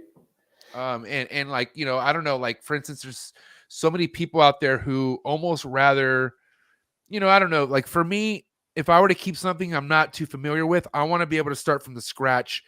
At least like I want to start from something where it's a baby and I can raise it up. That way I could at least know I can at least raise it up from a baby. But you have some people that dip into like the adulthood of chondro keeping and stuff like that. I mean, if you have somebody out there who's really looking to get their feet wet with chondros, I mean, are you not really against, but do you advise someone getting straight into adults, or do you feel like starting at a neonate stage would be more of the advised thing to do? I mean, I think the perfect size to start with is probably like a yearling. So you get some of that young snake resiliency and stuff like that, but it's a little sturdier. But depending on the skill level of the keeper, like I would jump into a snake species that I'd never kept before. But you know what I mean? But I'm back. I just know my own experience level. So if I wanted Bolians or something, I wouldn't think twice about just buying. I'm not saying I want them or have the money or anything like that. I'm not trying to say expensive snakes, but if there was a snake out there that people thought it was some hard ass shit to keep, I would feel confident learning what they needed and somehow figuring out how to provide that. But a person that's kept like a corn snake for a year, that is a different scenario. They're a different level. They're experienced, but they haven't managed a really large collection of a little bit more challenging species. Right. Now let me ask you this. What's the realization of somebody like, okay, because Rico Wilder was known of producing a lot of chondros, like a lot, right? But like for instance, it's not really common, but there's people out there seeking to become that.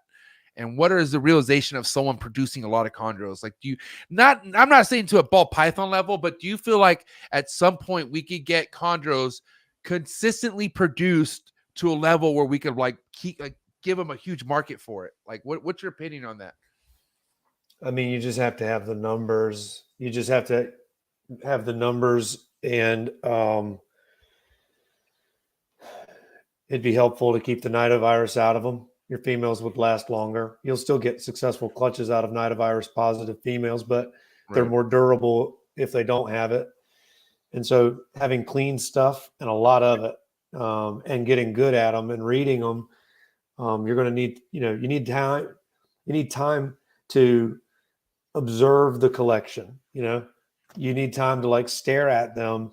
And I don't think green tree pythons do well how some people professionally keep snakes. They'll keep them in like a warehouse away from their house, and like they're farming ball pythons or something by the gazillions. And so they'll also have a green tree python group. Well, you just can't observe them at night and the way that you can in your home. And so they're tough to they're not as scalable in my opinion, as a ball python, but you could still keep a really big ass collection in your home. And if you were willing to stare at them a lot and torture your relationships in your life and spend all your time with your snakes, you could crush it. It's true. I mean, the whole thing at night, paying attention to their activity is so crucial because that's a lot of the signs and reading shit you see at night with these snakes. You know what I mean? Mm-hmm. And I mean, I don't know, me and my wife, like we've been like trying to like figure out how to buy a house in California, right? It's not easy. And she just like, had an idea like what if I were to rent like a warehouse or something where it was off our property. And I was like, to me, like I check on these animals so much to where I would never be home. Like I would just get it caught and live in the warehouse if that was the case. But like, especially in this room where I keep all my chondros and emeralds, and I do breed all my chondros in this room. Like, man, I look for all the locks, all the activity, all that shit goes down at like 1, 2 in the morning. Like it's crazy. Like I won't even sleep sometimes. Like I'll just roll out of bed. Like I need to go in this room and look at things for some reason. I'll have a hunch or something like that and just like want to go in the room. But yeah, man, if it's one thing that I pray to God I could always keep is all my animals on my property within walking distance. You know what I mean? Mm-hmm. I just don't see it any other way. I really don't. Yeah. Let me ask you this, man. When it comes to you're giving your snakes water, are you giving them tap water? Is it filtered water? What kind of water do you give your snakes? I mean, I've done filtered water before. But right now, I mean, I'm just where I'm at. It's got really good tap water. So they're just drinking tap water these days. Right. And you haven't had any issues with that? You haven't seen any like. No, I mean, and I definitely, a green tree python in the wild probably drinks a lot of water with low mineral content in it. Right. And it's probably pretty acidic, and it's a lot of rainwater and things like that, or puddles of water that may have a little more mineral content in them. So I think purified water and like RO water in its pure form might not be a good idea, but what they call low ppm water Right. would be good for them.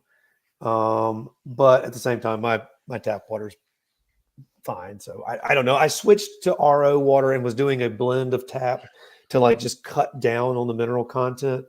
But I didn't notice anything negative, but I also didn't notice anything positive. So I just switched back to tap.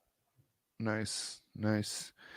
And then, usually like when it comes to, I mean, especially with the snakes you work with, bro, I mean, like, I got to understand, like, how do you determine what you want to hold back? Because this snake's not going to give you everything that it's going to potentially look like, obviously, in the first couple of years. You don't know what the fuck this snake could turn into. So, like, how do you strategically pick your holdbacks? Like, how are you doing that? Well, these days, they can DNA test chondros. So I DNA sex test them. What? So that helps. That's sick. So I can tell the males from the females. And so through a combination of that and their appearance, I can keep back. And then I also just keep more than what I need. So I know their sex, I keep the good looking ones, and then I keep more than what I need. Right. And then I trim down to a couple of final keepers in the end. Dang. Because I talked to Socrates about certain pairings that he has going on, and he's like, yeah, if this goes, I'm not selling a fucking any Neo till like the first 2 years at least. You know what I mean? So I'm just, and I'm sure that's a smart thing to do in some cases because like that blue male, the super blues are typically found within the males. So right. I'm not going to sell any male out of the clutch until it's a yearling. Right. Now I might get stuck with some green males that now won't sell for as much as they would have as a neonate, but I would much rather not risk, let's say, parting with a snake like you're showing right there. How easy was it picking this snake out? He was the top pick neonate. Like the first one, I'm assuming, right? Yeah, he was actually, Now sometimes the low pick males, the low pick snakes can turn out to be phenomenal, but in this case, he was the nicest neonate in the clutch. And then right now, this is the 2020 or 2019. How It's old a 2020. A little over 1.5 years old. And what's it looking at right now? Like, how much different is it compared to this pick right here? It's lost a lot more black. It's going to clean up and lose essentially all of that black and just be for the most part, a solid blue snake.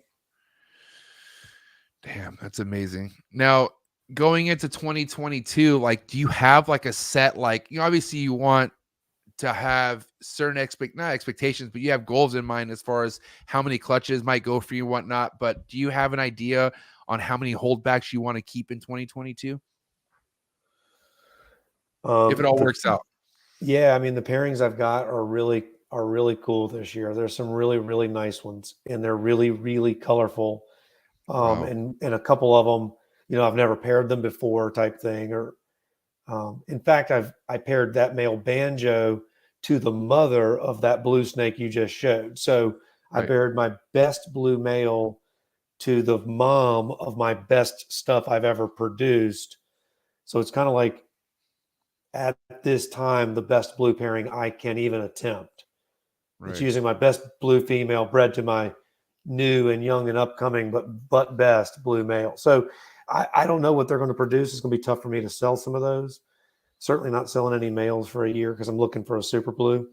But and then I've also got a high yellow girl that's super funky, and I paired her also with that blue male. And so I'm like, man, they're just going to be really cool. And so I don't know. I'm as much as I want to sell them, and there's some good that comes from that in my heart. Right. I like chondros, and I want to raise them and see them do what they do. So I want to keep them for a while. Now, since you have some crazy history with these chondros, like you were in an era that nobody really understands nowadays because they weren't in it. And I'm talking about like the 90s, early 2000s with these chondros. Who from you remember like were selling like the most bangingest stuff that we could compare to nowadays? Like, who was the guy back then that you could recall? Well, there was no doubt at one point Maxwell was producing and Trooper. Right. And a lot of Maxwell's stuff. What about Vinsky Blue Line? Have you ever heard are you familiar with the Vinsky Blue Line stuff? Oh, sure. I wish I could know more about that guy because I feel like I don't hear about him enough. I just don't think I don't know. Patrick knows a lot about that particular line, but where is Patrick? Patrick would be here normally. This is weird. This is so funny. Like normally Patrick would be all up in the live chats. I hope everything's going well. He must be in a yoga class or something. I would be doing like phone a friends, like Patrick, give me some information here. Yeah.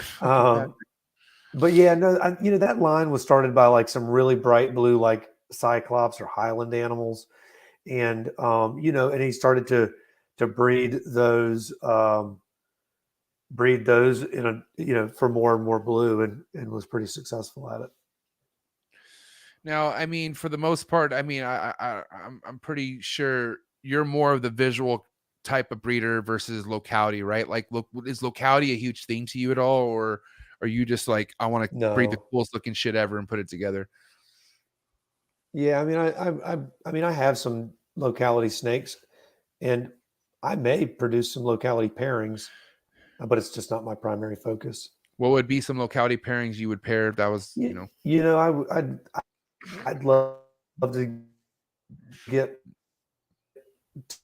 to use a really high-end Biak male with one of those girls and just produce a whole clutch of captive bred Biaks just to kind of hook my friends up with females and stuff. Damn, that's Patrick would want to take the whole lot off you. You there? Check 1, 2. Oh man, we're freezing up. Can you hear me, John? Is it me or him, guys? Let me know. Might be him. John, can you hear me?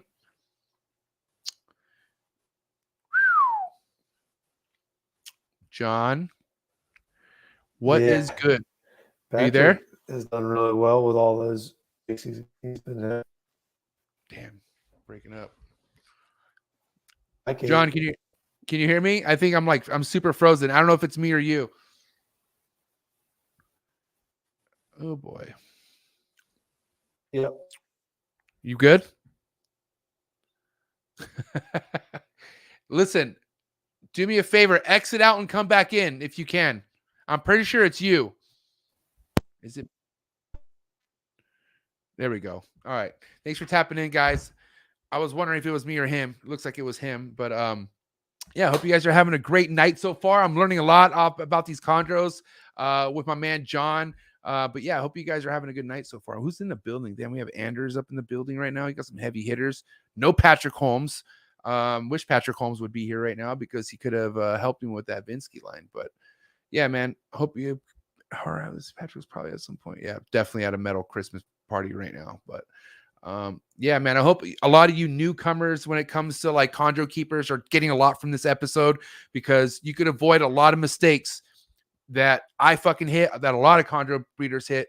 You don't have to worry about hitting, you know what I mean? But at the end of the day, at some point you are going to get your heart broken. I don't care who you are. But yeah, we'll wait for John to tap back in real quick, guys. I hope you guys are having a great night. Let's see. What are you guys doing for Christmas? You guys going anywhere or what? I think I want to smoke. I'll tell you that much. Oh, here's John. Let's see.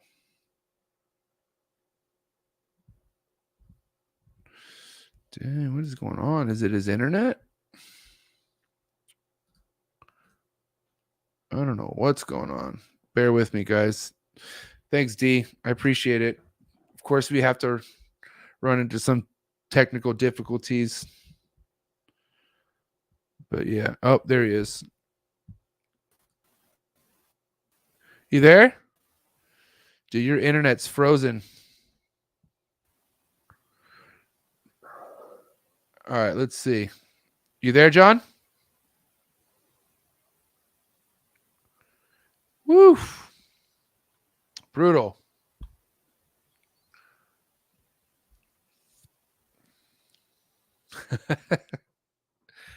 Gotta love the internet. Let's see. John, you might need to come back in again, bro, because your internet's frozen. Something's wrong with your internet. Dang. Let's see.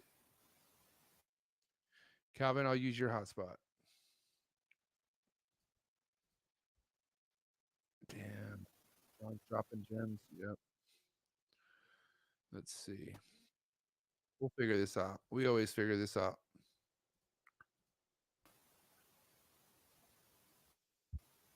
You there, John? John, you there? Damn, player. All right, let's see if we can get this going here because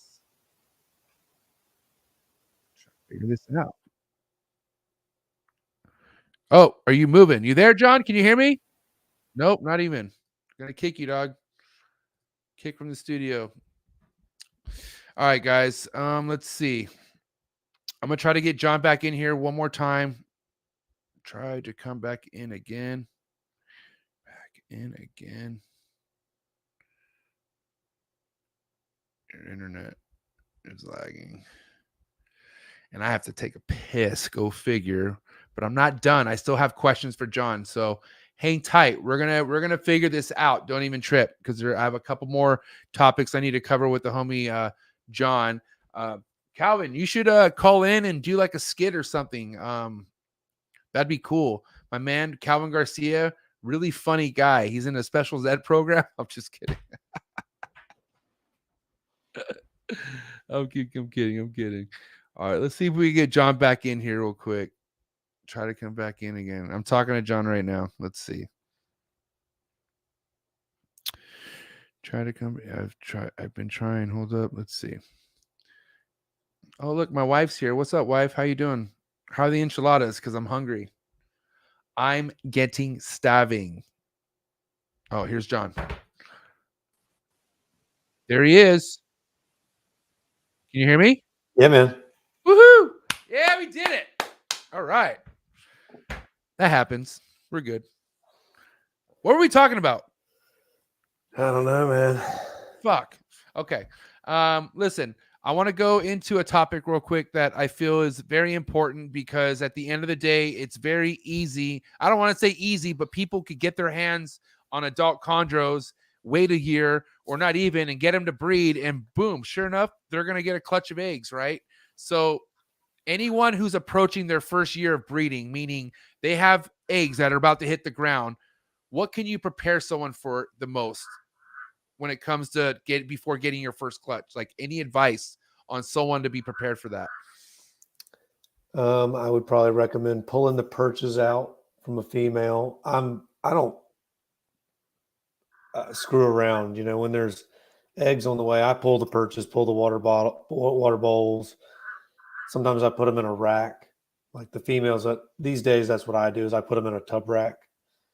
And as long as it doesn't have belly heat, if it's got back heat or whatever, I mean, it may not even be an issue for belly heat, but I just don't trust it. But anyway, I just put them in a rack, and that way, absolutely no chances of them dropping the eggs or putting them in the water bowl. So, I mean, I know it's timing, right? But roughly around how long is a female in the rack system for? Like typically, how many days is she in there for before she lays? A few, just because I pull them early and just don't want to risk it. And you don't put no water in there at all for them? Like you keep it completely dry, or do you kind of like manually give them water? How you give them? I'll set some deli cups of water in there while I'm like doing snake chores and stuff, and like like during the day, like I'll leave some water in there, and then I'll scram, and then just before like I let the lights go all out, and it be because they typically lay in the middle of the night, so I give them some semi-supervised time with water. Right on. Now, dude, it's funny is because like I remember the last clutch I laid, which was in 2019, no 2020, the beginning of 2020 was my last clutch, right? And I was talking to Pedro, shout out to Pedro, and Pedro was like advising you, like, hey, remove the water dish because she's getting close. And if anything, put a real tiny water dish, like, and like I got one of the tiny black, literally the tiny black deli cups, right? Like a little 5-ounce one, right? The next morning, she laid directly in that deli cup. Yeah. I was so pissed. I was like, you got to be shitting me. Like she laid in all the, like the middle eggs were in that deli cup. And then, majority of the bottom eggs got wet. That's why most of those eggs fucking didn't make it. They got wet. Yeah, dude. I'm telling you, I've seen incredible, like back in the day, I've seen people post pictures of incredible blue line pairs. And they laid like 16 perfect eggs and they put them right in the water bowl perfectly. And just, so, I mean, man, if you're not pulling the water bowl, dude, you're really gambling. There's just no sense in that. You should pull that a few days before they lay, for sure. 100%. Okay.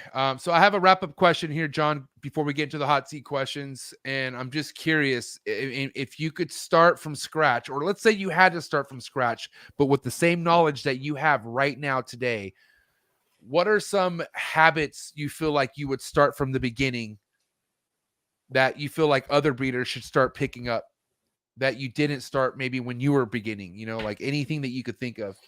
I'm going to use a restroom. I can hear you while you're talking, so go ahead and answer. I'm going to use the restroom. I'll be right back.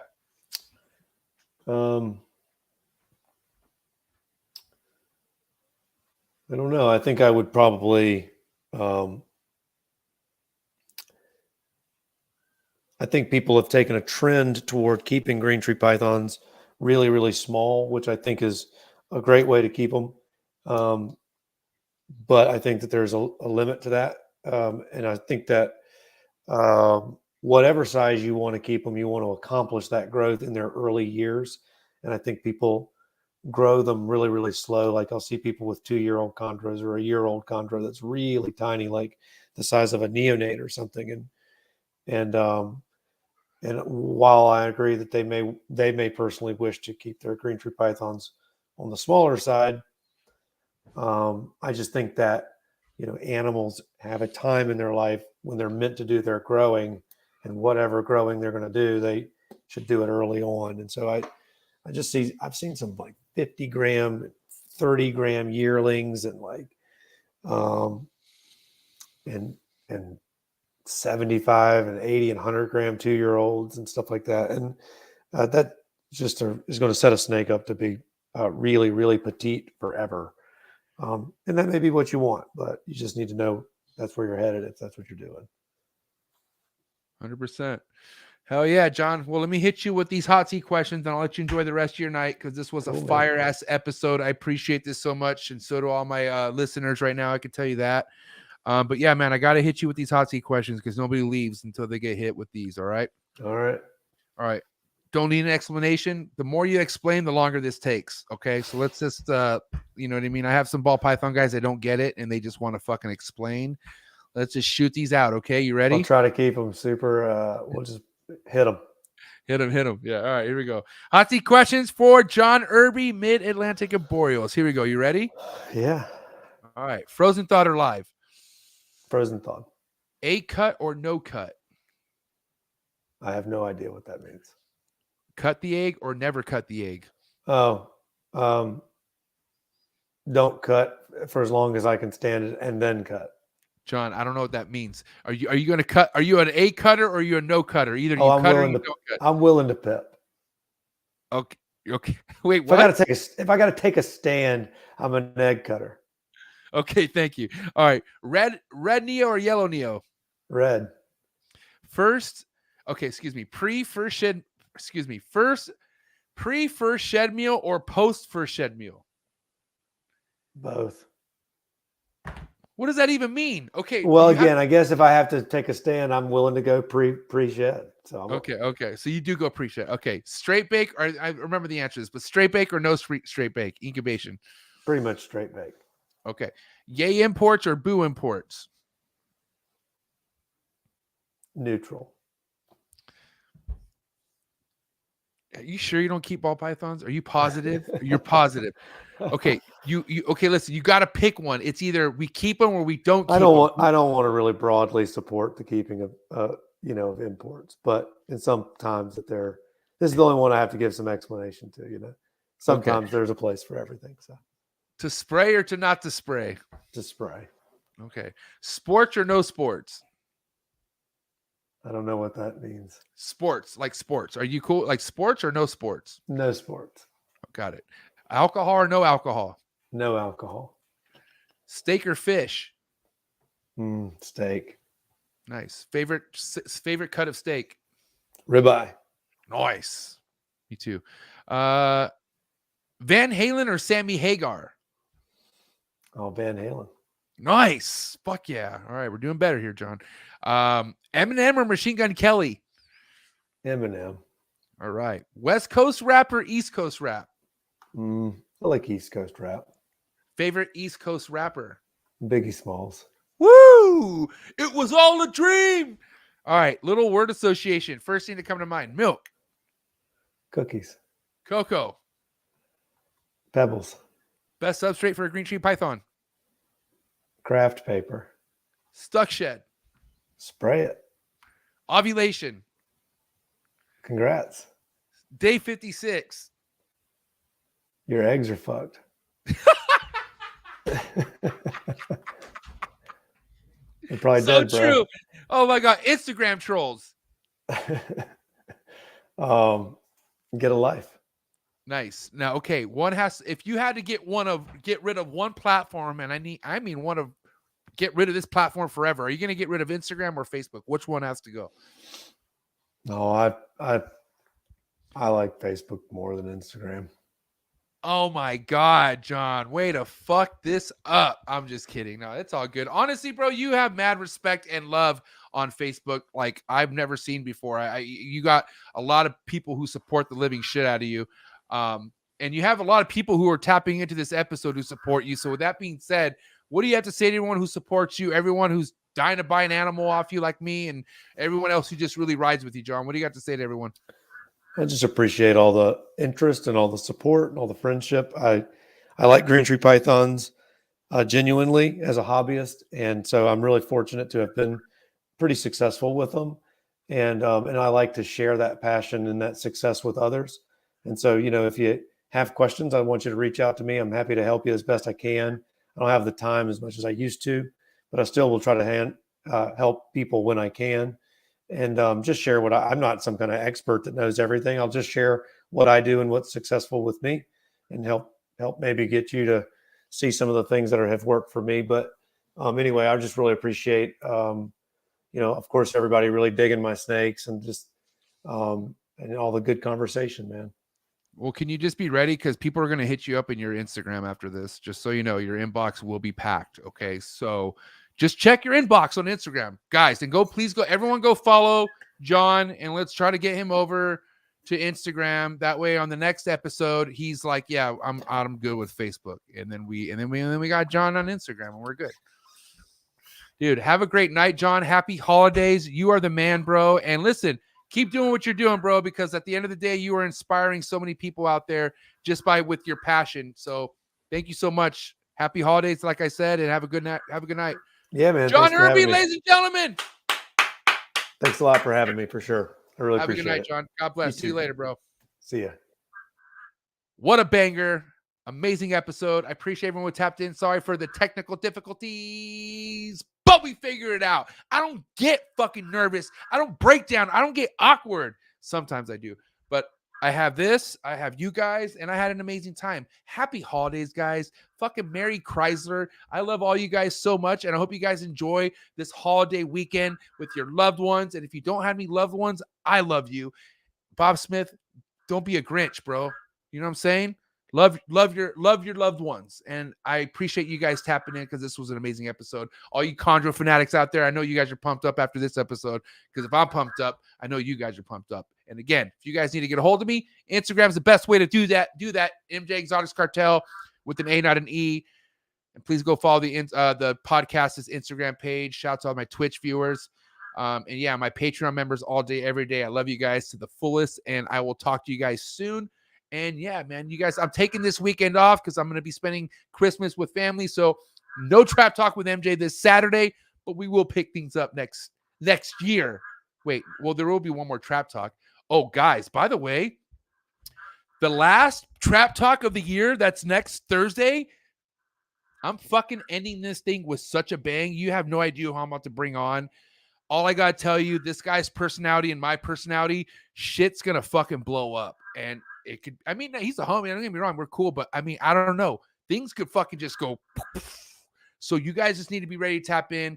Go follow me on Instagram. That way, when I start promoting it on Tuesday, you know who I'm going to bring to the table. And then my Trap Talk Patreon members, I'll tell you guys who I'm bringing on this Sunday during our Trap Talk Zoom session.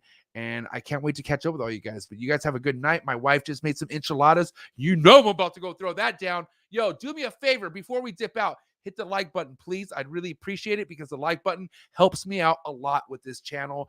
And I'm working very hard to get this channel more noticed so more keepers out there aren't goobers and getting lost in the fucking, snake keeping law and sauce and all that other shit. But you guys have a good night. I'm out. I got to go eat. Cheap.